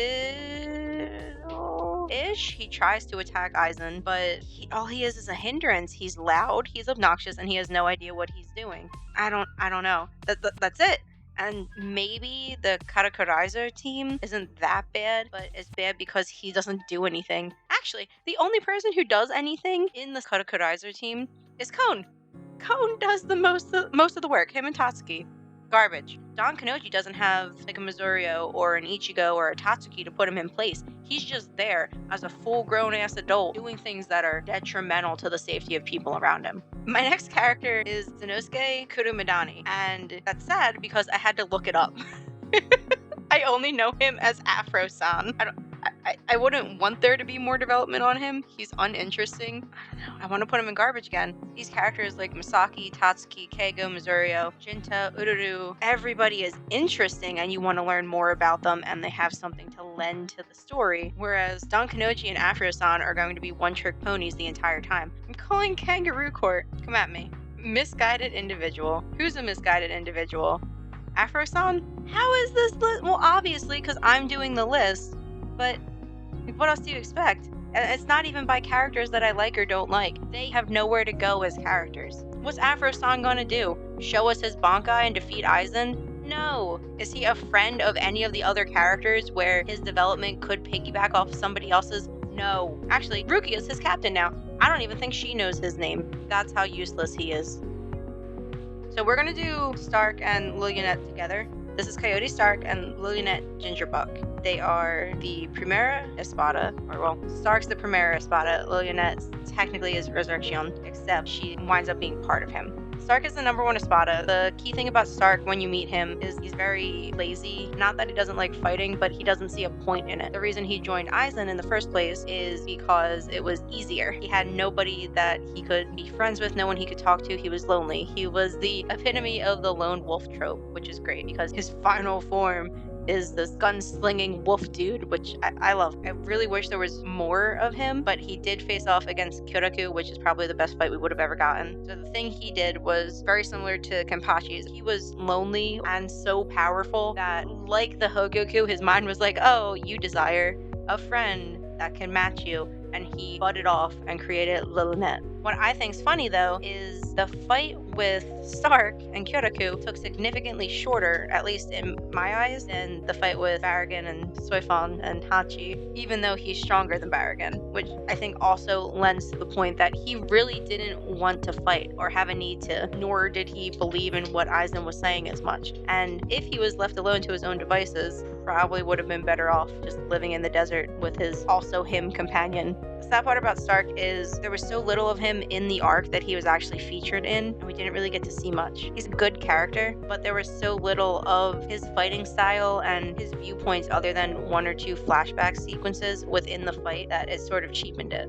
Where he was the big bad until he wasn't, because you forget that Aizen's fighting people because you're taken to them fighting all the Espada, and then you go back to Aizen after. So Stark was just kind of there as a power play, like, oh, he's the strongest, he's fighting the strongest guy that we have, and then he's gone. A good thing though is Kyoraku respected him so much that even after the fight, he still thinks about how it's kind of sad that he had to stop existing and that they were on different sides, because if they were on the same side, they could have been powerhouses together, like him and Ukitake. I'm not saying Stark's a bad character, I just wish there was more of him. Like a lot of the characters that we see fighting in the Wako Mundo arc, if you're not Grimmjow, you're not going to be featured in as much of this arc as most of the other Espada that can fight a lot better than he can. I'll bring up Lillianet too. What I did like about his fight is that he's one of the only characters in Bleach that use a gun, which if you know anything about like the deep lore of Bleach, originally the characters were going to fight with guns. So I don't know if that was a callback to the beginning. What I like about his power is that it kind of reminds me of Soul Eater in like a quirky, cute sort of way. It reminds me of Death the Kid's guns, where when they're in gun form, they talk, and that's kind of what Lillianet does. She didn't necessarily have bad development, she's just him.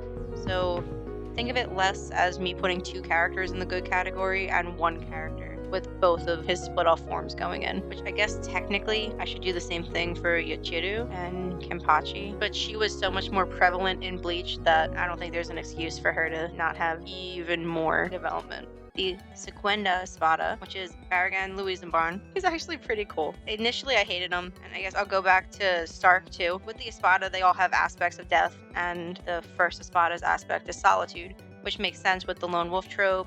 Barragan's aspect is senescence. It's like rotting. The term that's used in Japanese is, I believe, equivalent to becoming old and degrading. He's actually one of the coolest looking espadas, and that doubles when you see his released form. Like, look at that skull and the robes, and I'm pretty sure when he releases it comes with a chair. Like, it comes with a throne. A little creepy. This dude is the epitome of being the king. He gets taken care of, he has people that follow him loyally, and he is, if not the oldest thing in Wako Mundo, the second oldest.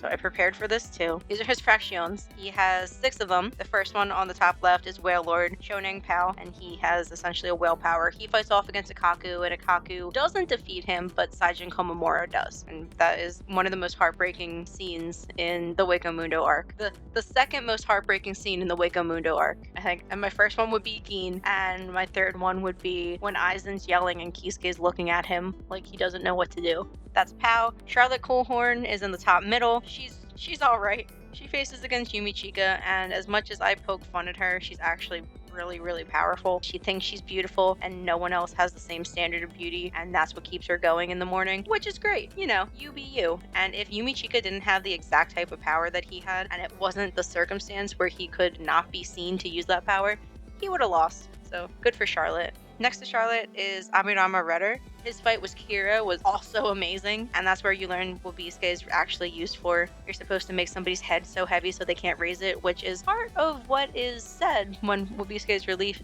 anyway. But the end moment when Kira is holding Wabisuke under Redder's head and explains it all to him, and Redder just lets his head fall down and his head falls off. It's so cool. It's one of the only cool moments that Kira gets. Findor Callius is the one on the bottom left. Very annoying, and he faces against Asagi. It's a good fight. He's annoying, and I still call him a lobster. I always forget that he's actually a crab.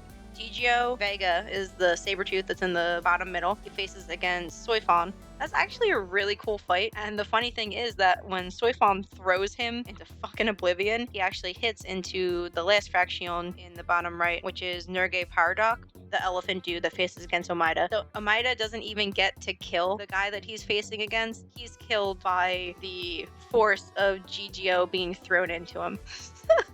I just thought that was neat. I'm not gonna lie, Barragan has attractive fractions, and they are devoted to him for some reason. They love him. Might be lent to the fact that this dude predates the sand that is in Wako Mundo. He's just that powerful. He probably was one of my favorite fights in that arc. Seeing him degrade everything, and also him kicking Soifon's ass was something that I needed in my life.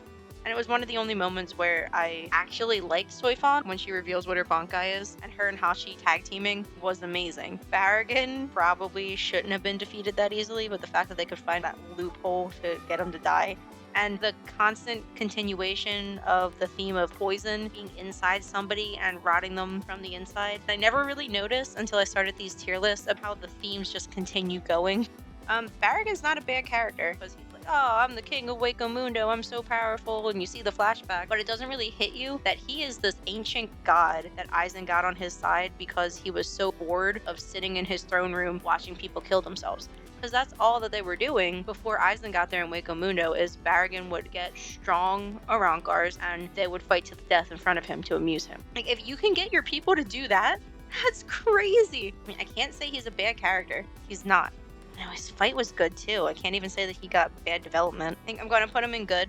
I would like to see more of him if there were ever little flashback things or little nods to him. There have to be. If they're going through hell in the next arc, if they are doing an arc, and there's no way they can go through that without mentioning one of the oldest forces in Wako Mundo. His fractions aren't that bad either. They were the most entertaining fights in that arc, if not the most entertaining fights in Bleach up to that point. The Pillar Men.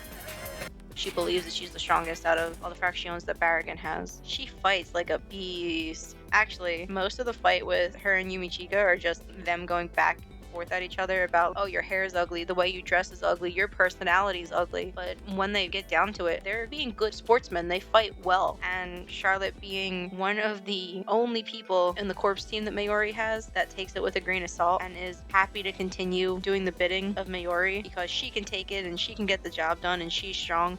It's a good character trait to have. Charlotte, I am bringing up to...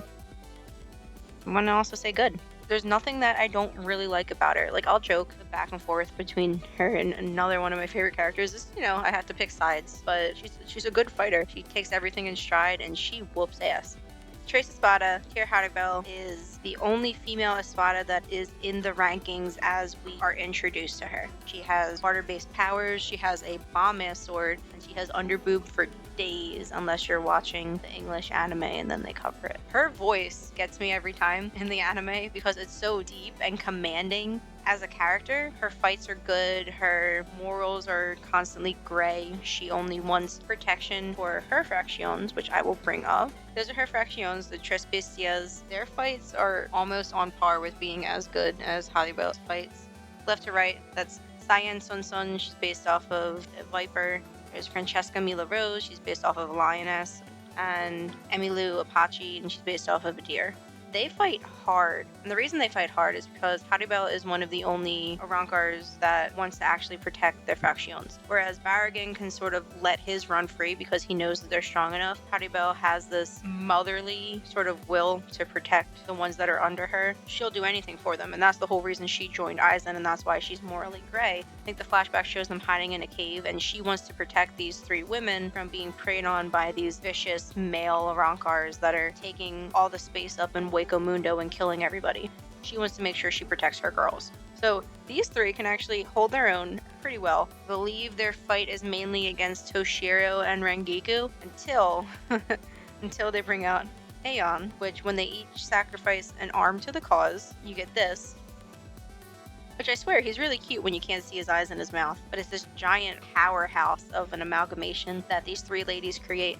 So the thing with Haribel is the standing king of Waco Mundo after Aizen gets defeated, spoilers. And she doesn't say it herself, which I found out is to quell Grimmjow, because Grimmjow, wanting to be the king and being the self-proclaimed king in his own mind, would rather not have to fight somebody that he has some respect for.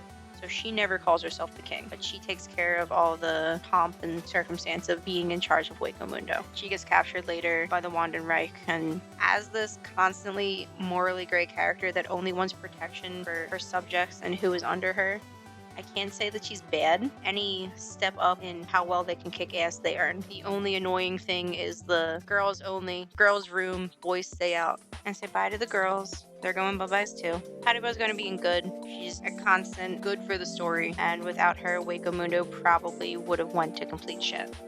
Ukiura Cypher is the 4th Espada, probably the most in-depth fight that we have in Waco Mundo. He's not a bad character, and I think that him developing to have a heart toward the end was the main reason why people like him. Whereas Haribel's aspect of death is sacrifice and taking care of others. His is nihilism and useless, and he doesn't care. He doesn't care at all, which Orihime turns that on its head, and I mean, I think they would have made a good couple, but Ukiura's character story goes way further than most of the Espadas. You want him here? No.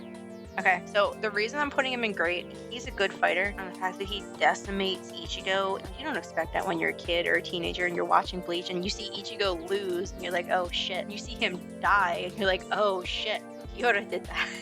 And it's scary. But the main reason that he's a good character isn't because he continued on building power and then he got defeated, which, Ichigo just got better because he had that Phoenix down, but it's because toward the end, he reaches out his hand to Orihime, which the whole time he's calling her like Ona, he's calling her a woman, and he's not really talking to her like a person. And toward the end, when he sees what she's feeling toward Ichigo, how she's concerned for them both, how she just wants them to be okay, and the time that they spent with her trapped as Aizen's prisoner and him taking care of her, he learned to actually love a person.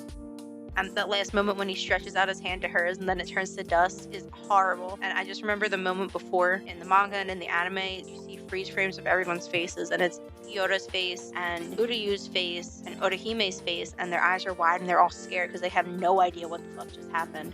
And then he's dead. So that's it. Just like Haribel, I don't have anything bad to say about Ukiura. He was already strong, but we saw his strength develop to meet up with Ichigo's until he died. It was so good. It was like mind-shattering good. Noitro Gilga is the 5th Espada. His aspect of death is despair. There's no reason for me to make him anything but great. That's the standard thing you want in anime, someone that doesn't have emotions or swayed by the pretty girl, except it's more in depth than that. Spoon Man. I love Neutra. I do. He's an asshole. And I don't love him to the point that I justify anything that he does. I love him because he's an asshole. He doesn't like women. He doesn't like Nell. He did so many horrible things to her and her fractions. But I can't help but think if she had more time to work on him, which is what she keeps trying to do. She gives him the benefit of the doubt, and then she's like, okay, I'll kick your ass and I'll put you back in place. Yeah, he doesn't like women and he has a hot fraction. Like, what else do you want? Tesla's great. He's just devoted to him. Look, he's looking at him right now. He's looking right at him. Look at that tension. I like Neutra. I like him as a fighter. He's just arrogant. And that's the entirety of his personality. He's arrogant and he's a big bitch baby. Whereas compared to Grimmjow, where he learns certain ways that he does things, it doesn't have to be the way that he does them. And Neutra wants to be more powerful than certain people, usually women. Specifically Nell. He's very pissed off at the way that she didn't flaunt her power and she was more powerful than him. And then he used backhand tactics to make her upset. And then made her into a kid so he can then beat her because he couldn't beat her unless she was 3. He loses to a dude that listens to his soul daughter. If only Tesla held on to that woman better. Yeah, he turned Nell into a small woman and he's fighting and losing to this dude who takes orders from a tiny woman. I don't think he got good development as a character. The fighting was cool. The way that he refused to die. He's not horrible. I like Neutra just because he's an asshole. Tesla I like too. I have nothing else to say about Neutra. Speaking of arrogance, Loopy is very, very arrogant. Loopy Tenor was the 6th Espada. Grimmjow was the Espada first, and then Loopy became the Espada, and then Grimmjow took it back from him. Loopy is very annoying, very sure of himself, and I didn't like how he talked to Rangiku. He's powerful as far as Espada goes, but he's not super powerful. I mean, he died. He almost died twice, and Grimmjow kicked his ass, so put him back in his place. I don't want to put him in good, because I really just don't like him as a character, but he keeps coming back like a cockroach. He's not super garbage, but he's just there. I mean, he did fight for the Soul Society, so that's not bad. Loopy will go in the good development, or in this case, alright development. Horrible character. Grimmjow Jaggerjax is the most drawn Espada that I have seen, and honestly, I might need Bleach for my eyes for how much I have seen of Grimmjow, but purely on how he is in Bleach itself, I think he's a general, overall good character. He continues to try to fight Ichigo when Ichigo just wants to be left alone. He found somebody that is as strong as him, or that he perceives as stronger, and he wants to beat them, and that's his whole gist. So these are Grimmjow's boys. From left to right, there's Edrad Leones, which is the one that fought Ikaku. He's a giant volcano. It was a great fight, though. I don't really have much to say about Nakim Grinda, which is the more rotund one that's under Edrad. He fights Matsumoto. She kills him. There's Ioforgrants, which is the one that fights Renji. He's at the very bottom. He's also the older brother to Sail Sapporo. Throws back later when Sail Sapporo sees Renji in Wako Mundo. The one that does most of the talking is Xiaolong Kofang, which is the one with the very long headpiece in the front. His hollow form was always really creepy, and I still can't get a handle on what it's supposed to be, but he was very articulate for somebody who was in the midst of a bunch of people that have 2 frozen peas for brains. And he's killed by Hisagaya, and then on the far right is Duroy Rinker, and I think that's the first fraction of Grimmjow's to get killed, and he's killed by Rukia. One of the first times that we see Rukia release Shinomai Shirayuki, and it goes all the way up to the heavens. The reason that Grimmjow is a good character is because these guys are following him in the sense that we think you're strong and we think you could get to the top and be our king, so we're going to back you up the entire way. Like a Maze Hughes Roy Mustang sort of relationship, where I'm going to watch you get to the top and I'll boost you up as you get there. I'll use what I have to make sure that you get where you need to be. And they trusted him. That's kind of sad, because Grimmjow went into Karakura Town on his own to take care of business, and all of his fractions died, which I'm sure he feels bad about, and he definitely does, because there's moments where he flashes back to it and he thinks on it. I mean, he lost 5 good friends, but now he has a whole crew that he's rolling with, but they wouldn't be following him if he didn't have a good head on his shoulders. Grimmjow sees an opponent in Ichigo Kurosaki because he's super strong, and he takes it as his life purpose to become king. He wants to defeat, ironically, the person that Zangetsu calls king, Shiro Zangetsu. So they fight off, and Ichigo wins, and he sort of lets Grimmjow down easy. Grimmjow's like, why did you spare me? Kill me? Ichigo's like, no, there's no point in doing that. You can be strong and fight each other, and you don't have to die if you're not the strongest. You can just get better. And then Neutra beats up Grimmjow. Grimmjow is the reason Orihime is saved from the torture of the 2 little bitch Arankars that always go into her room, and he's also the reason why Ichigo gets revived from Orihime when he was fighting Ukiura. is he brings him to her, and well, he gets them together and throws Ichigo on the ground, and there's Ichigo with a giant hole in his chest, and he's like, here, fix him. That's all right. Orihime can just drink to forget.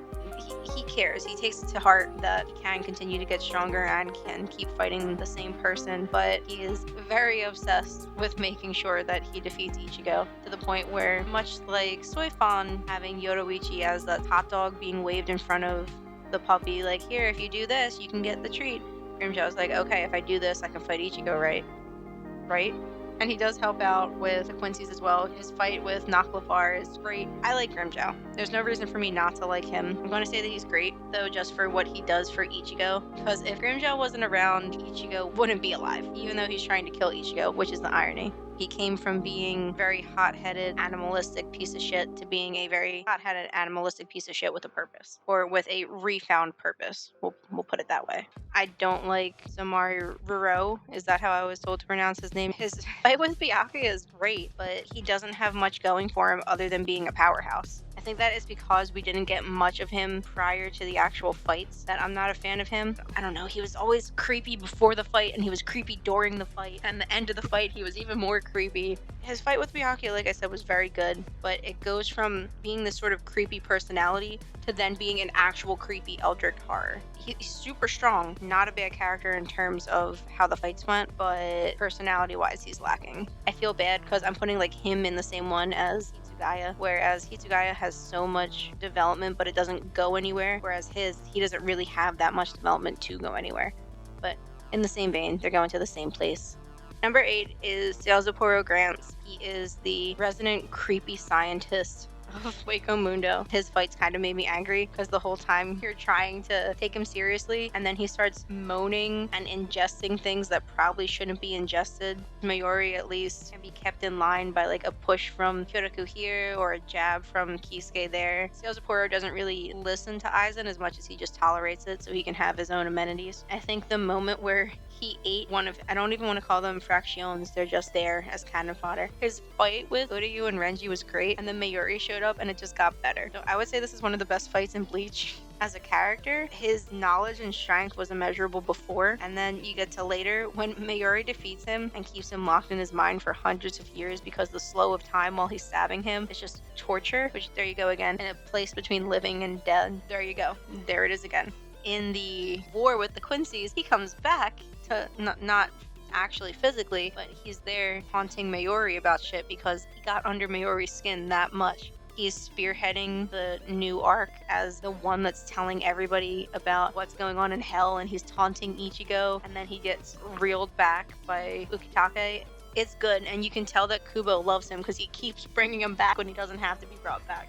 Zomari's aspect of death is hedonism, whereas Seozaporo's is madness, and you can see how they both fit.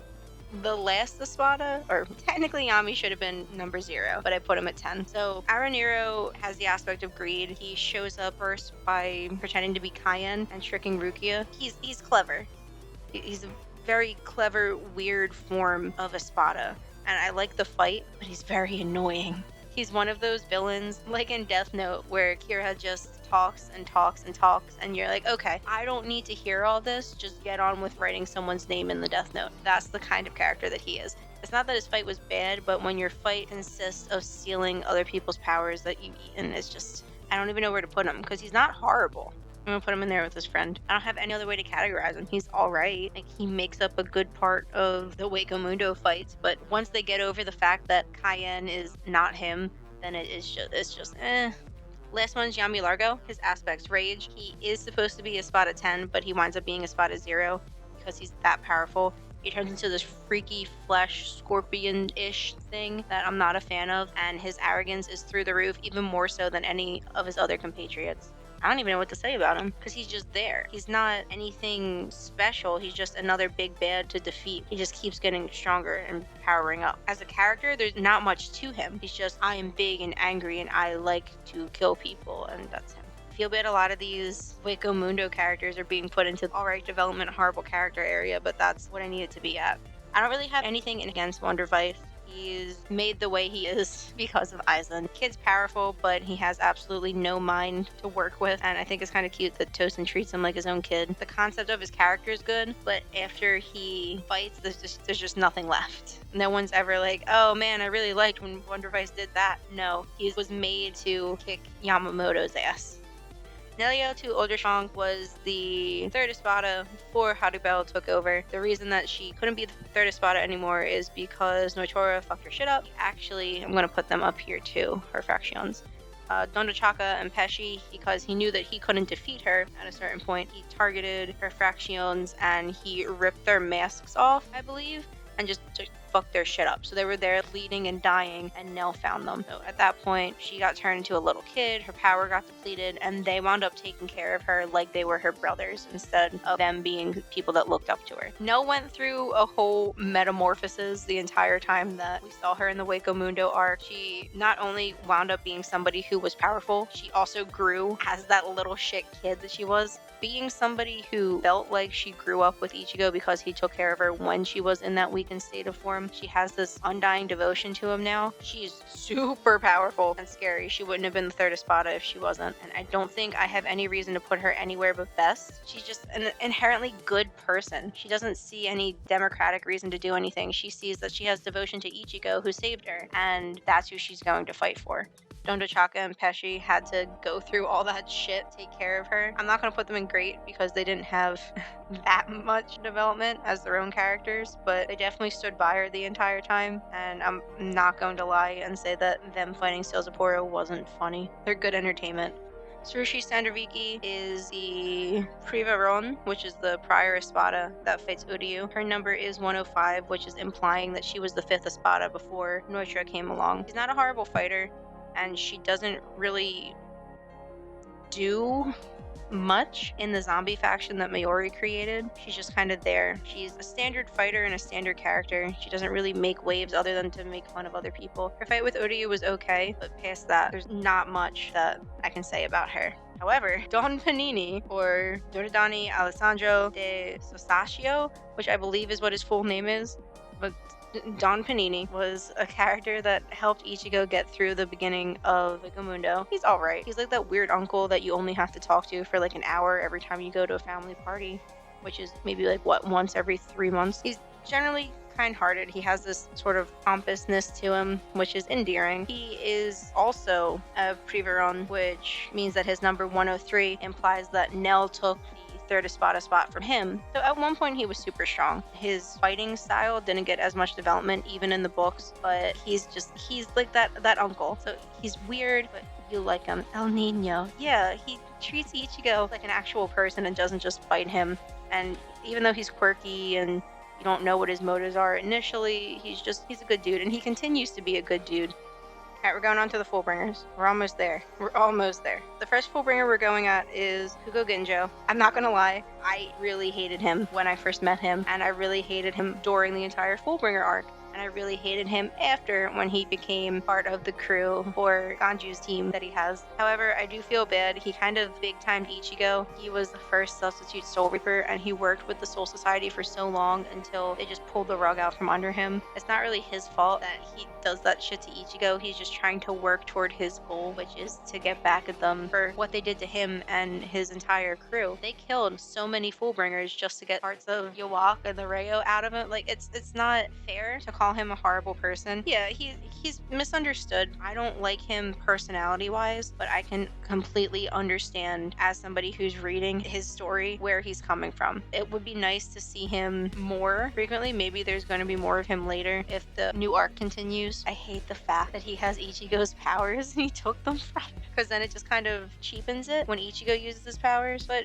maybe he can make it his own, which I'm assuming is his plan from here on. Just continue with what he has and work on it and get stronger again, so he can fight not against or with the Soul Society, but in accordance to keeping the world sane, or else he wouldn't have his faction together back in the world of the Soul Society.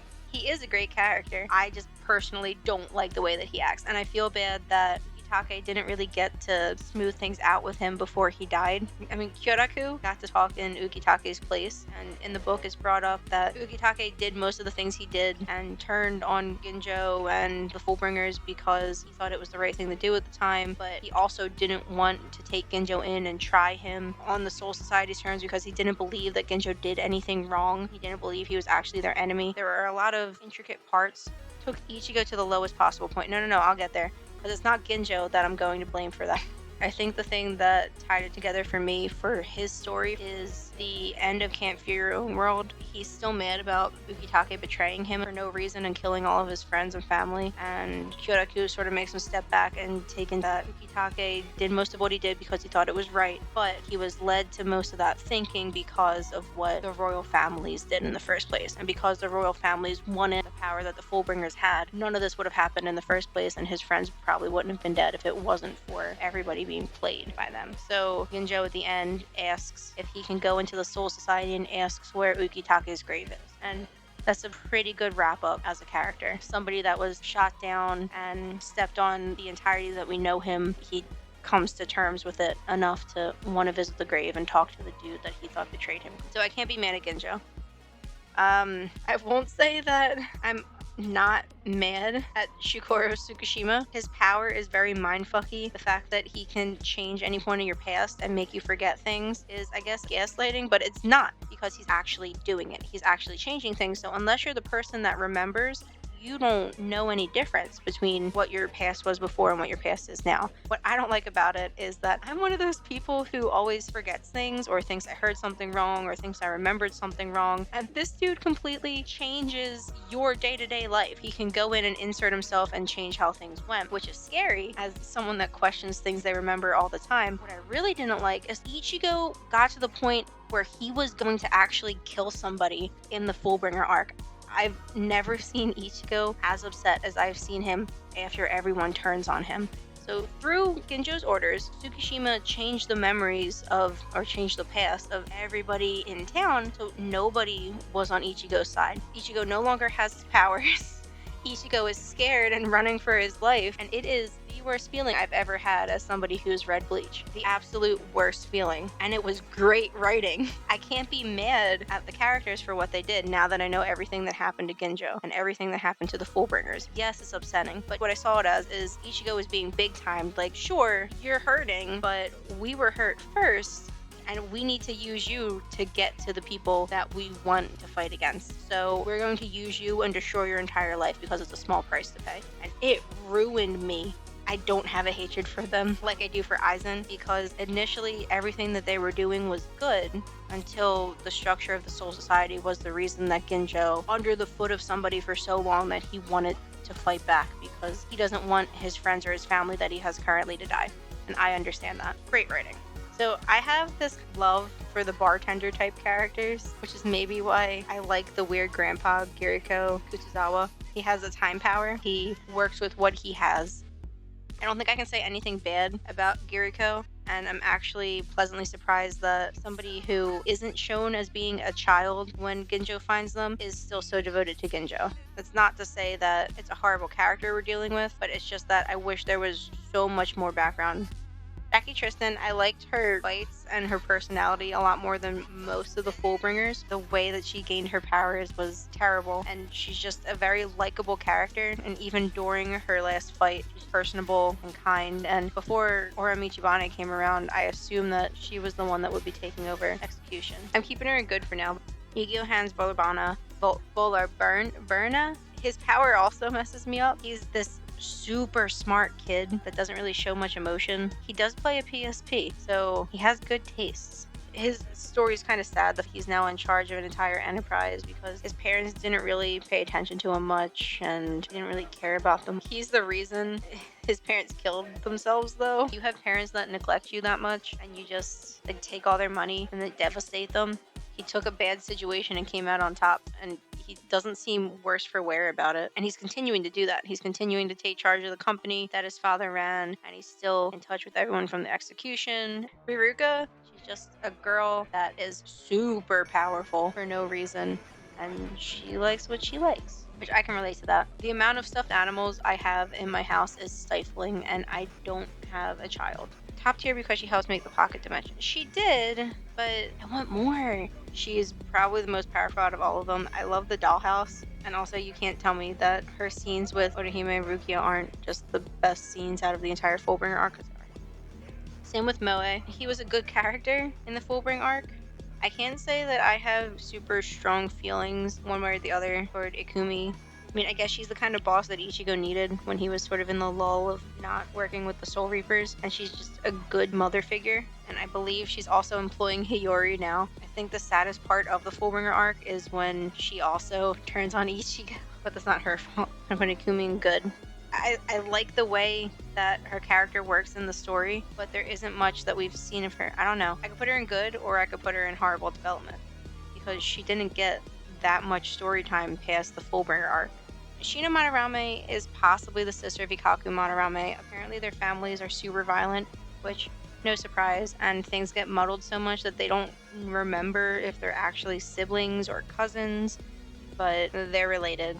You can kind of tell. She keeps Ryunosuke Yuki in line, which is the brother of the person that I hate in the 6. Together they make a great team, and I feel like they're doing more for Katakota Town than Afro-san ever did, because he started out pompous and didn't understand anything that was going on, whereas these guys went in already knowing what their superiors and their predecessors did for the town and for the Soul Society. So they're humbled by it, but they're also trying their best to reach up to that standard. They haven't gotten much character development, so I'm going to put Ryunosuke and Shino in the not enough screen time tier.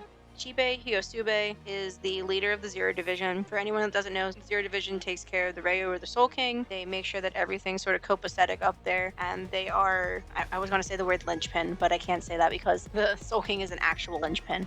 They are the glue that holds together the power that makes the world keep turning. Most of them either developed something or created something or helped with the installation of something within the Soul Society. So Chibe, he's the one that named everything, which the power is just so OP, which is it's the point of Squad Zero. They're OP. It's so mindfucky, and I can't wait to see it animated. He had Bankai before it was a word. He went in, fucked shit up. And he only fucked shit up because he set the standard for what fucking shit up is. He created the words for everything that people use, and his power is to take words away and meaning away from items, from powers, from beings. It's just very cool. He's like this down-to-earth, big, laughing belly sort of guy. He's the reason that Squad Zero is still alive. He's an OG. I'm not going to say he's the best because we don't know much about him personally, aside from what he did for the Soul Society. He revives himself by forcing Ichigo to say his name, because without a name, you have no meaning. Once you give a name to something, then they have power and meaning again. That's his entire shtick, and it's so cool, but I want to know about him. I want to know what he likes to do in his free time, you know? But he's a great character, and he is the OG. He's in charge of the best of the best.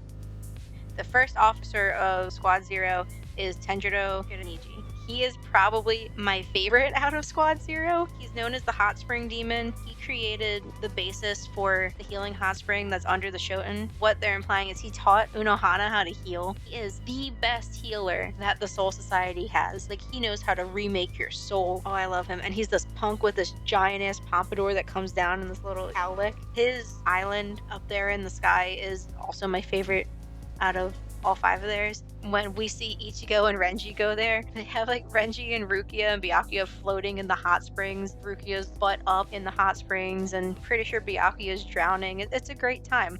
He's just like, leave them in there, let them cook, they'll be fine. Can you imagine being that powerful of a healer that you're just at the point where you don't have to do anything anymore? You've already created the basis for the best healing you can give somebody. I have a thing for healers. I do. I like it when they're not meek and annoying. Nothing against Isane or Orihime, but having somebody that's this punk who is the best of the best, it's so cool. I'm not going to put him in best because that would just be a personal opinion, but because he did create the way that Squad 4 works now, I'm putting him in great. Hinataro is the meekest of all the healers. You leave my boy out of it. I don't even consider him as a great healer. I'm talking about great Actually, speaking of me healers, Kira was also in Squad 4.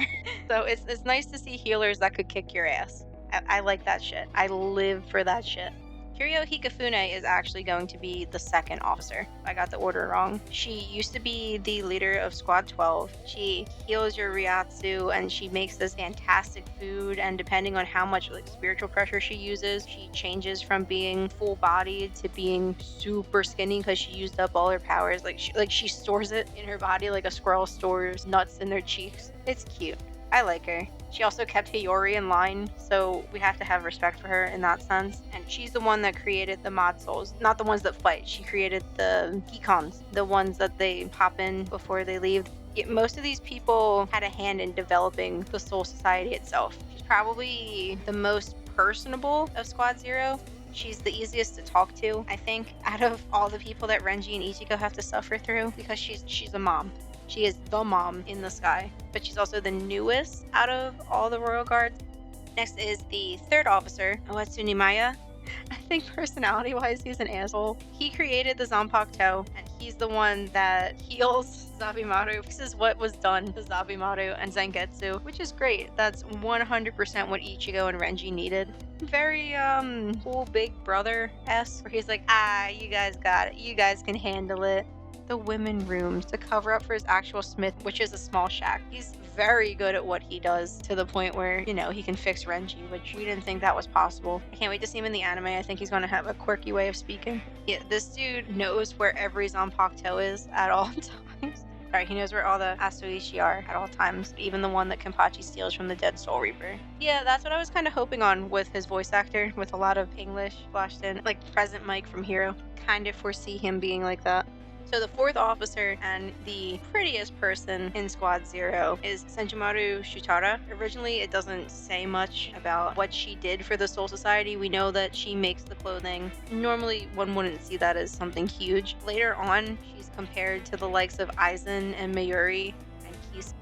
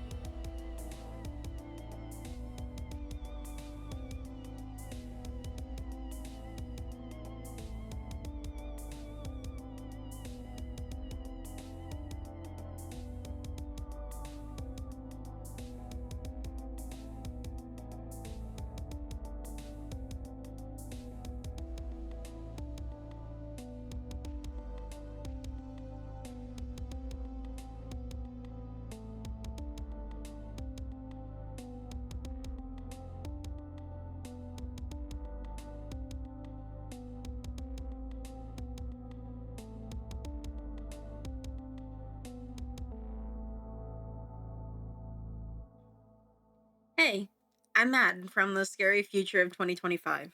This video has been a long time coming, and man, has it hit some roadblocks. The two VODs this video consists of have been bricked, corrupted, revitalized, and at the end of it all, the last hour of the tier list was lost into the void. An hour! That's the entire Sternritter block and the Can't Fear Your Own World characters. How was I supposed to bring back the end of a stream from nearly 5 years ago with the least amount of hiccups? Did I even remember Nyanzol Wyzol is? Would the new arc of the anime change fundamentally who I am as an individual? But the tier list was probably the most fun I've had while streaming, and I refuse to let it fall flat.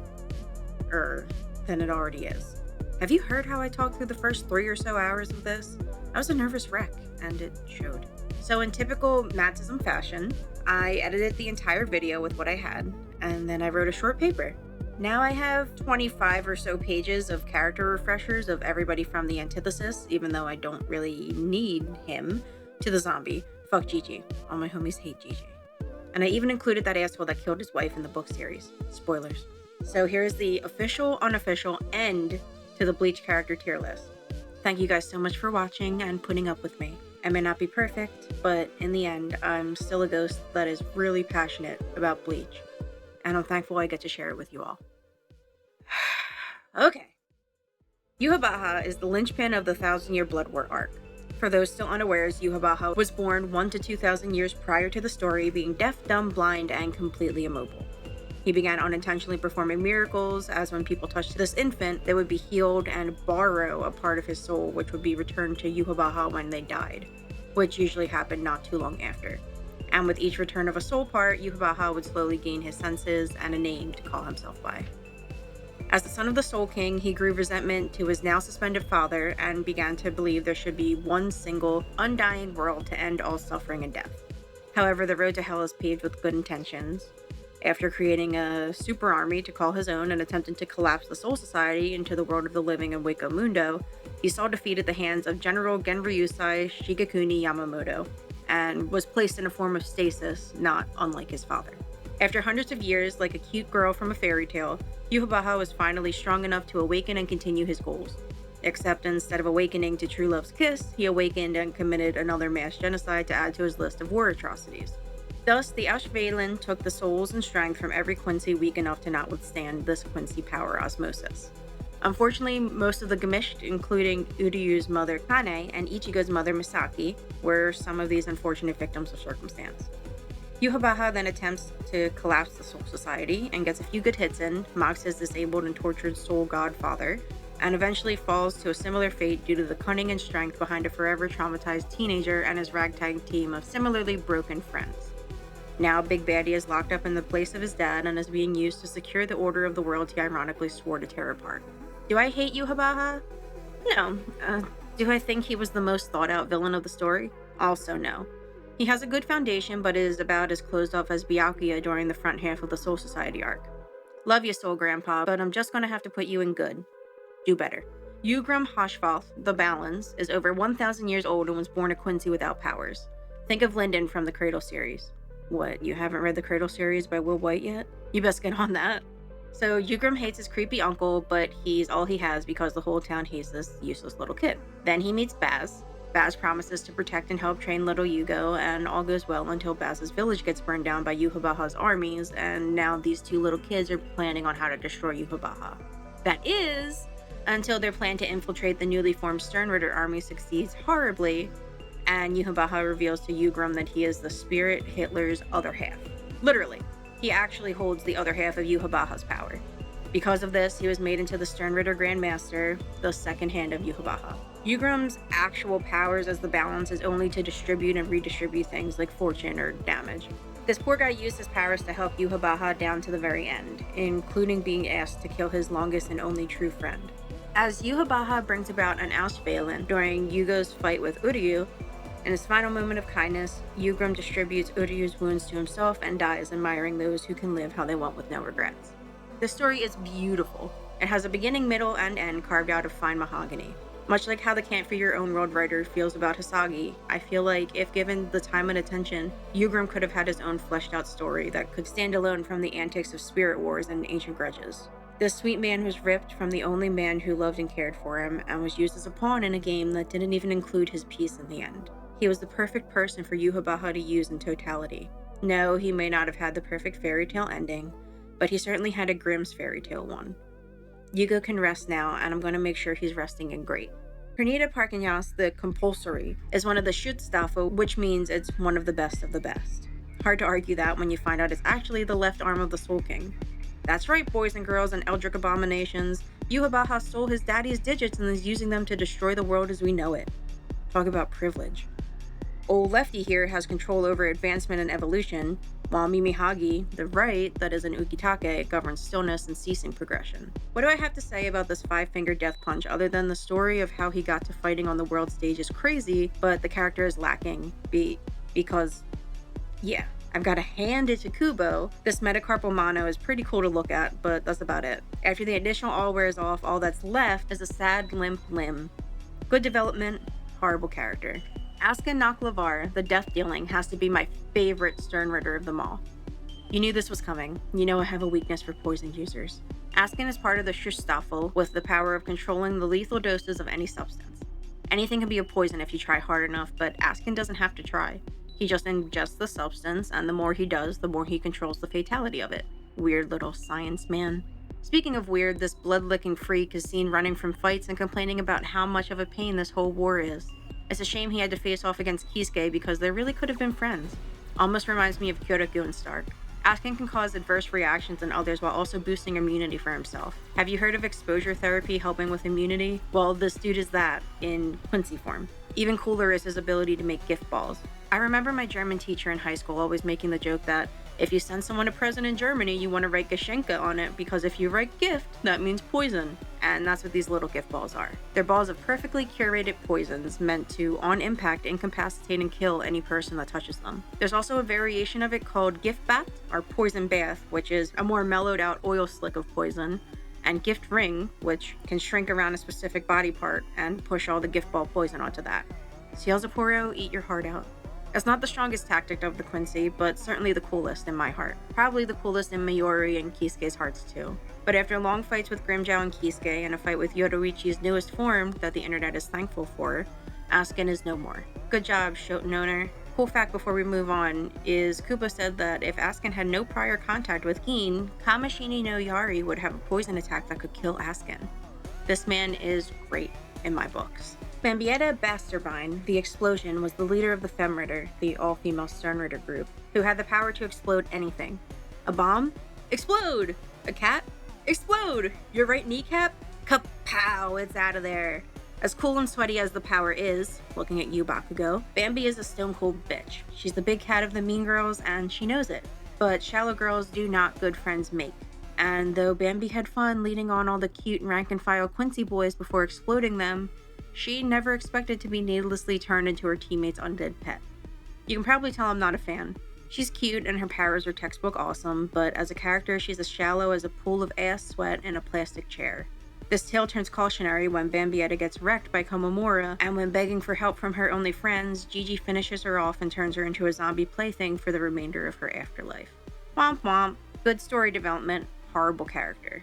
Asnot the Fear was a sick little guy dying on a hospital bed, who was visited by Yuhabaha and was promised power. As began his afterlife spreading hallucinogenic fear to his enemies. The main reason I'm placing this man where I do is because his involvement in the final fights of the war. This Marilyn Manson wannabe had the absolute pleasure of fighting against Byakuya and Rukia, a sibling team who honestly needed an excuse to face their final boss of sibling bonding. It just so happens that they use As for that purpose, making a mockery of his haunted house horror show. For those of you that know of the term bad trip, that is the entirety of Asnot's base power. He squirms into the minds of his victims and instills them with their greatest fears in such a way that it should stop their hearts. However, he happened to be paired with Hope Can Be Found in the Trash Can Rukia, and her older brother I Just Learned I'm Allowed to Feel Human Emotions Byakuya. This final fight pairs the desperation of a soul hanging in a state of perpetual death with the unwavering love a brother has for the only happiness his wife left in this bleak world. As shown to never truly have left the dreary hospital bed where he passed on, holding on to all the fear of the afterlife to come, and the disappointment of being too weak to change the hand he was dealt with from the start. And while his world freezes and crumbles around his monstrous ego, Byakuya finds time to foster love and care into his relationship with Rukia, helping her ease out of her tiring bankai and congratulating her with a warmth that could have only been matched by his late wife and Rukia's sister, Hisana. Sure, As as a character is hot garbage, but he's used so expertly to propel the growth of our main characters while also putting a solemn closing to his own brief story, I have to place him to rest in good. Lotato Lampard, the glutton, is part of the Femritter. She's the one that looks like a 5-year-old but is most likely a 500-year-old. And fun fact, she's actually a heavy basis for my D&D character's attacks. The ones where she eats people, because Lil Toto eats people. Her mouth stretches like Luffy and chomps down like Wapple. Add on that she's possibly the smartest and snarkiest of the Femritter, and it makes her a pretty cool character. We thought she was a goner during the allllllll, but she toughed it out, and she and a few of her friends were taken to the world of the living to heal, and they're now living their best lives under Mayuri's radar. Character concept is as simple as it is sweet, and we can only hope we'll get a more fleshed out backstory in the future. But until then, this girl is good. Bazard Black, or Bazb, the Heat, is a hot-headed Sternritter that can manipulate fire and heat. As a kid, he was the best friend of Yugo and the one who lifted him up and taught him how to fight. Even when his friend was seemingly pulled from him by Yhwach, Baz continued to follow Yugo into the lion's den and quietly, or not so quietly, tried to get his friend to snap out of it and think for himself. This is one of the Sternritters that you wish was met under any other circumstance, because underneath all that spiritual fascist clothing beats the heart of a genuinely good boy.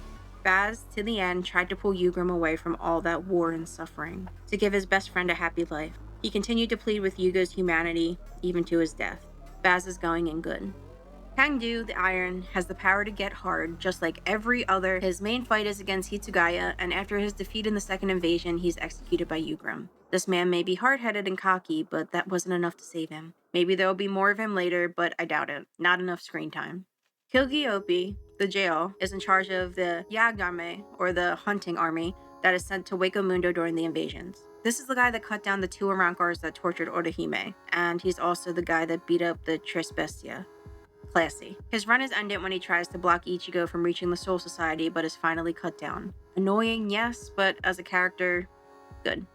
BG9, the K, maybe the Knowledge, because he's a super smart robot man. He spent his fights with Soifeng and eventually had the same fate as Kangdu, killed by Ygrimme under orders from Yhwach. Not enough screen time.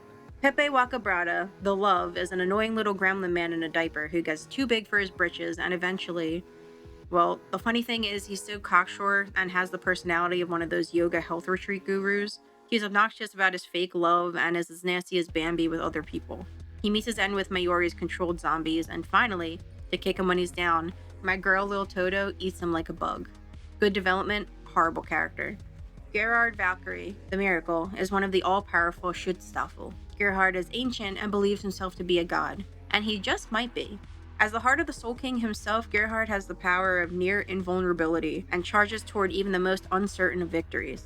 That is, until the dreaded, let's say it all together, the allllllll, which took away Gerhard's certain power and allowed the ragtag trio of Kenpachi, Byakuya, and Hitsugaya to watch this giant fall. Good night, sweet prince. Robert Acutron, the N, is the most normal looking of the Sternritter by far. Speaking of normal, we kind of don't get much of this guy other than he's morally gray. Robert, though, in the invasions initially, runs to warn Lil Toto that Yhwach is planning to drain all their powers for his own gain and use them as tools. And, let's say it together, the allllllll strikes Robert where he stands and reduces him to a skeleton akin to what you would see in a school anatomy classroom. Not enough screen time. Driscoll Bercy, the Overkill, has the power of enhanced strength with each kill he gets. Pretty squad 11 of him, but sadly this man is the one who dispatched Lieutenant Chojuro Sazakibe into the Hellverse, and as a result was cut down by Captain General Yamamoto. Well deserved, I say. Not enough screen time. Meninas McAllen, the Power, is the personification of Step on Me from the Sternritters. She's a cutie that can crush you because she's just that dang strong. Unfortunately, there's not much known about her, but fortunately, she's still with her gals in the world of the living, safe from any nasty space fascists. Maybe we'll get more of her later, but for now, she's just my favorite looking Sternritter, and this cutie patootie will be going in not enough screen time. Berenice Gabrielli, the Question, is just Bleach's version of Truth Serum. He was killed by Kenpachi during the first invasion, and that's all I have to say about that. Not enough screen time. Seriously. Like, none. Jerome Guisbot, the Roar, has loud voice powers. Just like the previous sucker, he was killed by Kenpachi during the first invasion. Not enough screen time. Mask the Masculine, the Superstar, is the most annoying Sternritter in existence. That's a hard title to earn, but earn it he did. A luchador in fascist clothing, Mask has the power of super strength and durability. He's a shining beacon of a hero who uses the cheers of his fans to gain power in the same way motion recharges a shake flashlight. Except this star-spangled hero has his own peanut gallery. A small bald man named James who seems to be part of his powers and is always ready to root for his home team. These guys give Renji a run for his money, and after a deadly run-in with Kensei and Rose, and a kick-ass look at Rose's Bankai, Renji finally delivers the finishing blow on this masked man baby. What a great character concept. What amazing fights. Too bad he's a horrible character. Candace Catnip, the Thunderbolt, is another one of the Femridders who, after the destruction of Bambietta as a person, takes her own charge and attempt to take down her enemies. But she has a shocking roadblock when, after the Auschweilen, she zaps off to the world of the living with not an ounce of personality in her, only rage. Good development, horrible character. Nanana Najkoop, the Underbelly, is actually a crazy guy. For someone without much screen time, this man gets around, and for good reason. Nanana has the power, after studying his opponent, to paralyze them and control their Ryatsu. The longer he has to scope out his victim, the easier time he has shutting them down and taking them out. Nanana was part of the first group to tackle Yamamoto, and he was the person who incapacitated Aizen and Chair-sama. That last part gets some good graces in my book. After Badsby deflects and takes Nanana out, Najakoop gets a second chance at life under Mayuri and the zombie squad. For someone that looks so cool, it's too bad he has the personality of a wet noodle. Good development, horrible character. Remy Thumeo, the Visionary, is a little man with big imagination. Theorized to be the Soul King's brain, this brain-in-a-jar survivor dreamt big and uses creativity as his main defense against a cruel world. Though obnoxiously cocky to the point of insufferability, his childlike mind was nearly strong enough to defeat Kenpachi. As an illustration of literal brain versus brawn, Grammy put up a dang good fight, and if given a chance, I would like to see him come back sometime soon. He's nothing but good. Yanzo Weisel, the Wind, at first was what I thought to be the Quincy's Wunderweiss. Though he looks really cute, the amount of tongues he has just means double the insults spinning from his mouth. His powers are some of my favorites, working like the wind to redirect and toss around would-be attacks. Though his mixed-up powers are used to distort the enemies, he never really stood a chance against Senjumaru. Let's be real. Not enough screen time. Lily Barrow, the X-Axis, is the leader of the Schutzstaffel and takes pride in not only that, but knowing he is the first Quincy to be given a Schrift. If you thought someone like that would be humble, well, you were wrong. This arrogant asshat has the power of being able to shoot through nearly anything in space-time. He has the precision shooting of an aimbot. Actually, that's basically what he is. Until, that is, he faces down Captain General Kyoraku after threatening the life of Nanao. And it's probably one of the greatest fights in the Blood War. Even for a dick, he's overall good. Lloyd and Royd Lloyd, the Yourself, are an interesting pair. Perfectly identical twins, these two were born with powers that manifested in the womb and confused even their parents. Lloyd, the oldest, has the ability to perfectly copy an individual in likeness, even down to their spiritual pressure, along with copying their powers and abilities. Royd, the youngest, has the ability to perfectly copy an individual in likeness, but can also copy their personality and most of their memories. Both pretty cool and dangerous powers for the Ops to be wielding. The moment this falls flat is Royd, able to completely act like his target, pretends to be Yuhabaha for long enough to distract and trick Yamamoto. Lloyd, however, faces Kenpachi with the other two Sternritter who are snuffed out quickly, and, well, though Kenpachi's powers he may have copied, a Kenpachi mentality he did not. Lloyd tried his best but got no screen time for it, and thus is ending up in the not enough category. But Royd put in the work enough that, just like his final subject Yuhabaha, we're going to place him in good. Giselle Joel, the zombie. What can I say about Gigi other than I absolutely hate her? I'm even iffy about saying her in general. Not because of any bigotry or grandstanding, but because of stated facts in the manga. From the beginning, Giselle insists on acting, looking, and being paired with all of the Femridders as female. That's fine. Obviously that's fine. Duh, it's 2025 or 2021 when I first made this and I still have the same opinion. Christ, Charlotte is one of the most buff girls in the series with a codpiece, and she's still a 10 out of 10 for me. Love that lady. My problem, however, comes with the judgment of not only others in, let's say, Gigi's weight class, but also her own admittance. First off, let's clear the air on the judgment zone. Very effeminate male Soul Reaper Yumichika Ayazawa calls out Gigi during their fight, saying they reek of male stuff, implying not only their physical gender but also their obscenity while working and with their partners. Aforementioned Charlotte Coolhorn, girl boss of my heart, calls out Gigi as being, in no uncertain terms, a wolf in sheep's clothing. And that's what she is. Here comes the rant. I would 100% have no problem with Gigi's preferred pronouns regardless of if they were hero or villain, Quincy or Soul Reaper, male or female. Where the problem for me comes in is the morality of it. Gigi admits in their own words that they are female purely because it gets them closer to cute girls like Bambietta, the person they are absolutely obsessed over. So I really don't care what Gigi calls herself, but her admitting she's currently a female because it comes with the bonus of being closest to the woman she has obsessive sexual feelings for, and then watching her torture and murder and zombify her and torture her again, it just feels slimy.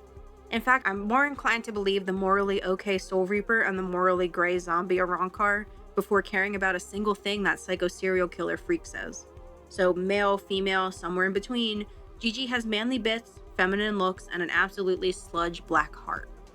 But other than that, her design is cute, I guess, and her powers are one of the best in the entire Sternritter line, so reluctantly, good development, horrible character. And now, the moment you've all been waiting for, finishing the Quincy's and heading into the final 8, starting with Can't Fear Your Own World. Let's do this. Sanosuke Yamada was a lieutenant of Squad 4 under Captain Unohana over 100 years ago. Older brother of resident punching bag Hanataro Yamada, Sanosuke is probably part of the reason his younger brother is such a weakling. Some of that good old sibling bullying. I was never allowed to do that, I would have gotten my ass beat. But Sanosuke was such a skilled and experienced healer that he was offered a position as the general director of the Central Medical Institute in the Noble Quarter. He's super skilled at Kido and healing, but sort of lacking in the conversation department. Apparently he is a raging asshole. Sanosuke was embroiled in a project with Tokunada Tsunaya Shiro where he helped to stitch together and create the hybrid soul Ubuginu Hikone. Not too shabby, but also not enough info to really rank him. Going to send him to not enough screen time. Michibane Aura is the special type of Fullbringer and is the leader of the group turned cult Execution in the books. Due to mistreatment in her childhood from her father, Aura never really had a way to form her own Fullbring and was kept away from the world, so her Fullbring became a giant spiritual pressure amplifier, in a way. She gets swindled into helping Tokunada with his plot and winds up caring for the strange little soul Hikone more than she probably should. Finally understanding what she was doing was wrong, she uses the last of her powers in the world of the living to save Hikone, and though she passes on, she's able to find happiness in Wako Mundo and be the parent that she herself never had. Good. Ubuginu Hikone is an agender little dude who is made of a mixed match of bits. Thanks to the Frankenstein-like efforts of evil comic book villain Tsunayashiro Tokunada, this amalgamation was born. Thousands of soul fragments from Soul Reapers, Quincy, Hollows, Fullbringers, humans, the original Soul King, and you, joking, but maybe, with the final puzzle piece of the literal brain that was Gremmy Thomeo, this Powerpuff Kid was born. They're super strong but super naive, and with their gifted Ajuchus level ancient hollow turned Zanpakuto Ikomiki Domoe, they are sent to destroy anyone in their way. The main goal? A new and improved artificial Soul King who would be loyal to the Tokunada family. Or just him. Just Tsunaya Shiro. But eventually, through the power of actual child rearing and honorary adoption from Fullbringer Michibane Aura and Soul Reaper Shuhei Hisagi, Hikone learns that they have even more to learn in life, and becomes an urchin child in the Rukongai where their newly adopted parents sometimes visit and check on them. Maybe. Good. Very good. Tsunaya Shiro Tokunada is the scum of the Soul Society. Remember Tosen's lady friend who was killed by her Shinigami husband and justice was never served? Yeah? Well, this is her husband. Tokunada is a gross little man with a god complex who was in the farthest branch of the Tsunaya Shiro noble clan. When he was small, his father told him a fantastic tale of the Soul King who keeps the worlds in balance. But after growing up and doing some royal family level snooping, Tokunada found that the tale was just that. In reality, it covered up the Soul Society's greatest sin of the 4 clans, minus the Shiba, hence 4, dismembering the all-powerful Soul King and trapping him in a perpetual state of amputated anguish just to keep the balance of the 3 worlds separated. Through pure spite and anarchy alone, Tokunada slowly killed his way to the top of the Tsunaya Shiro food chain and became clan head. This killing spree included getting married to a lowly Rukongai-born academy prodigy, Kakuyo, and when her friend from the academy called Tokunada out for being a horrible, abusive scum to her, she tried to intervene and, well, Tokunada killed them both and had it framed that they were having an affair and the murders were simply crimes of passion. After becoming head of the clan, Tokunada set his goal in place: create a new Soul King that is artificial and even more powerful than the original and Yuhabaha. Through shadily drawing in Sanosuke, the medical genius, and Aura, the Fullbringer Jesus, into his plans, and with a lot of murder and stealing, Hikone was born. And with this powerhouse kid and his own Zanpakuto that literally copies other Zanpakuto, where have we seen that one before? Tokunada was... But after a volley of attacks and planned thwarting from Soul Reapers, Arrancar, surviving Quincy's with some zombified ones, and a few deflecting Fullbringers, this evil madman is hurt and limping towards an empty house. He would have gotten away with it too if it wasn't for Shuhei Hisagi and...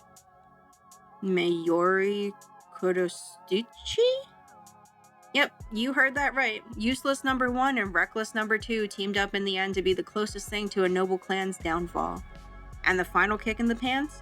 An unnamed girl, possibly a victim of Tokunada's many murder sprees or an abused servant bent on revenge, sneaks into his house as our evil villain is doing the typical evil villain monologue and stabs him when he's distracted by his own egotistical delusions.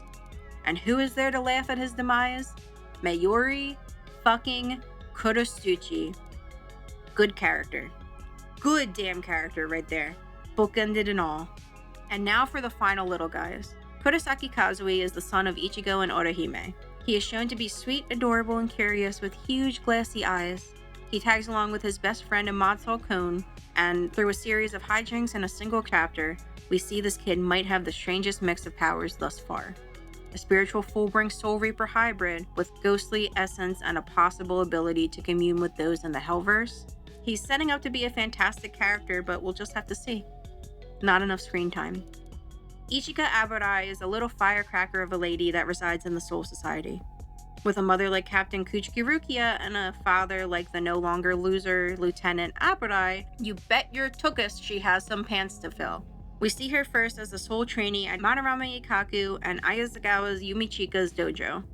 In the absence of Ichiru, these guys must have wanted even more little kid chaos because they sure as hell got it. Seeming like just the troublemaker to be the foil for little Kazui, I think Ichika will make a great character in the future.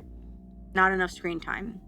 And lastly, from the No Breaths from Hell chapter, we have Vice Captain Atao Rindo of the 7th Division under Captain Iba Tetsuzayamon. Yes, you heard that correctly. And he is portrayed as an animal-loving, peaceful man.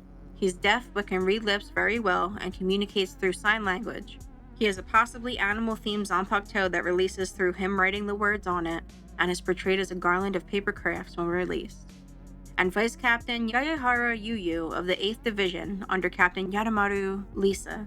This Gyaru girl is part of the 8th's baddie duo, and her bubbly internet-influenced personality only adds a pop of cuteness to the literal hellscape about to be unleashed. Her Zanpakuto also seems to be animal-based, as she literally channeled a giant bear, and apparently her strength is fittingly just as powerful as the Earth Sign Persuasion would suggest.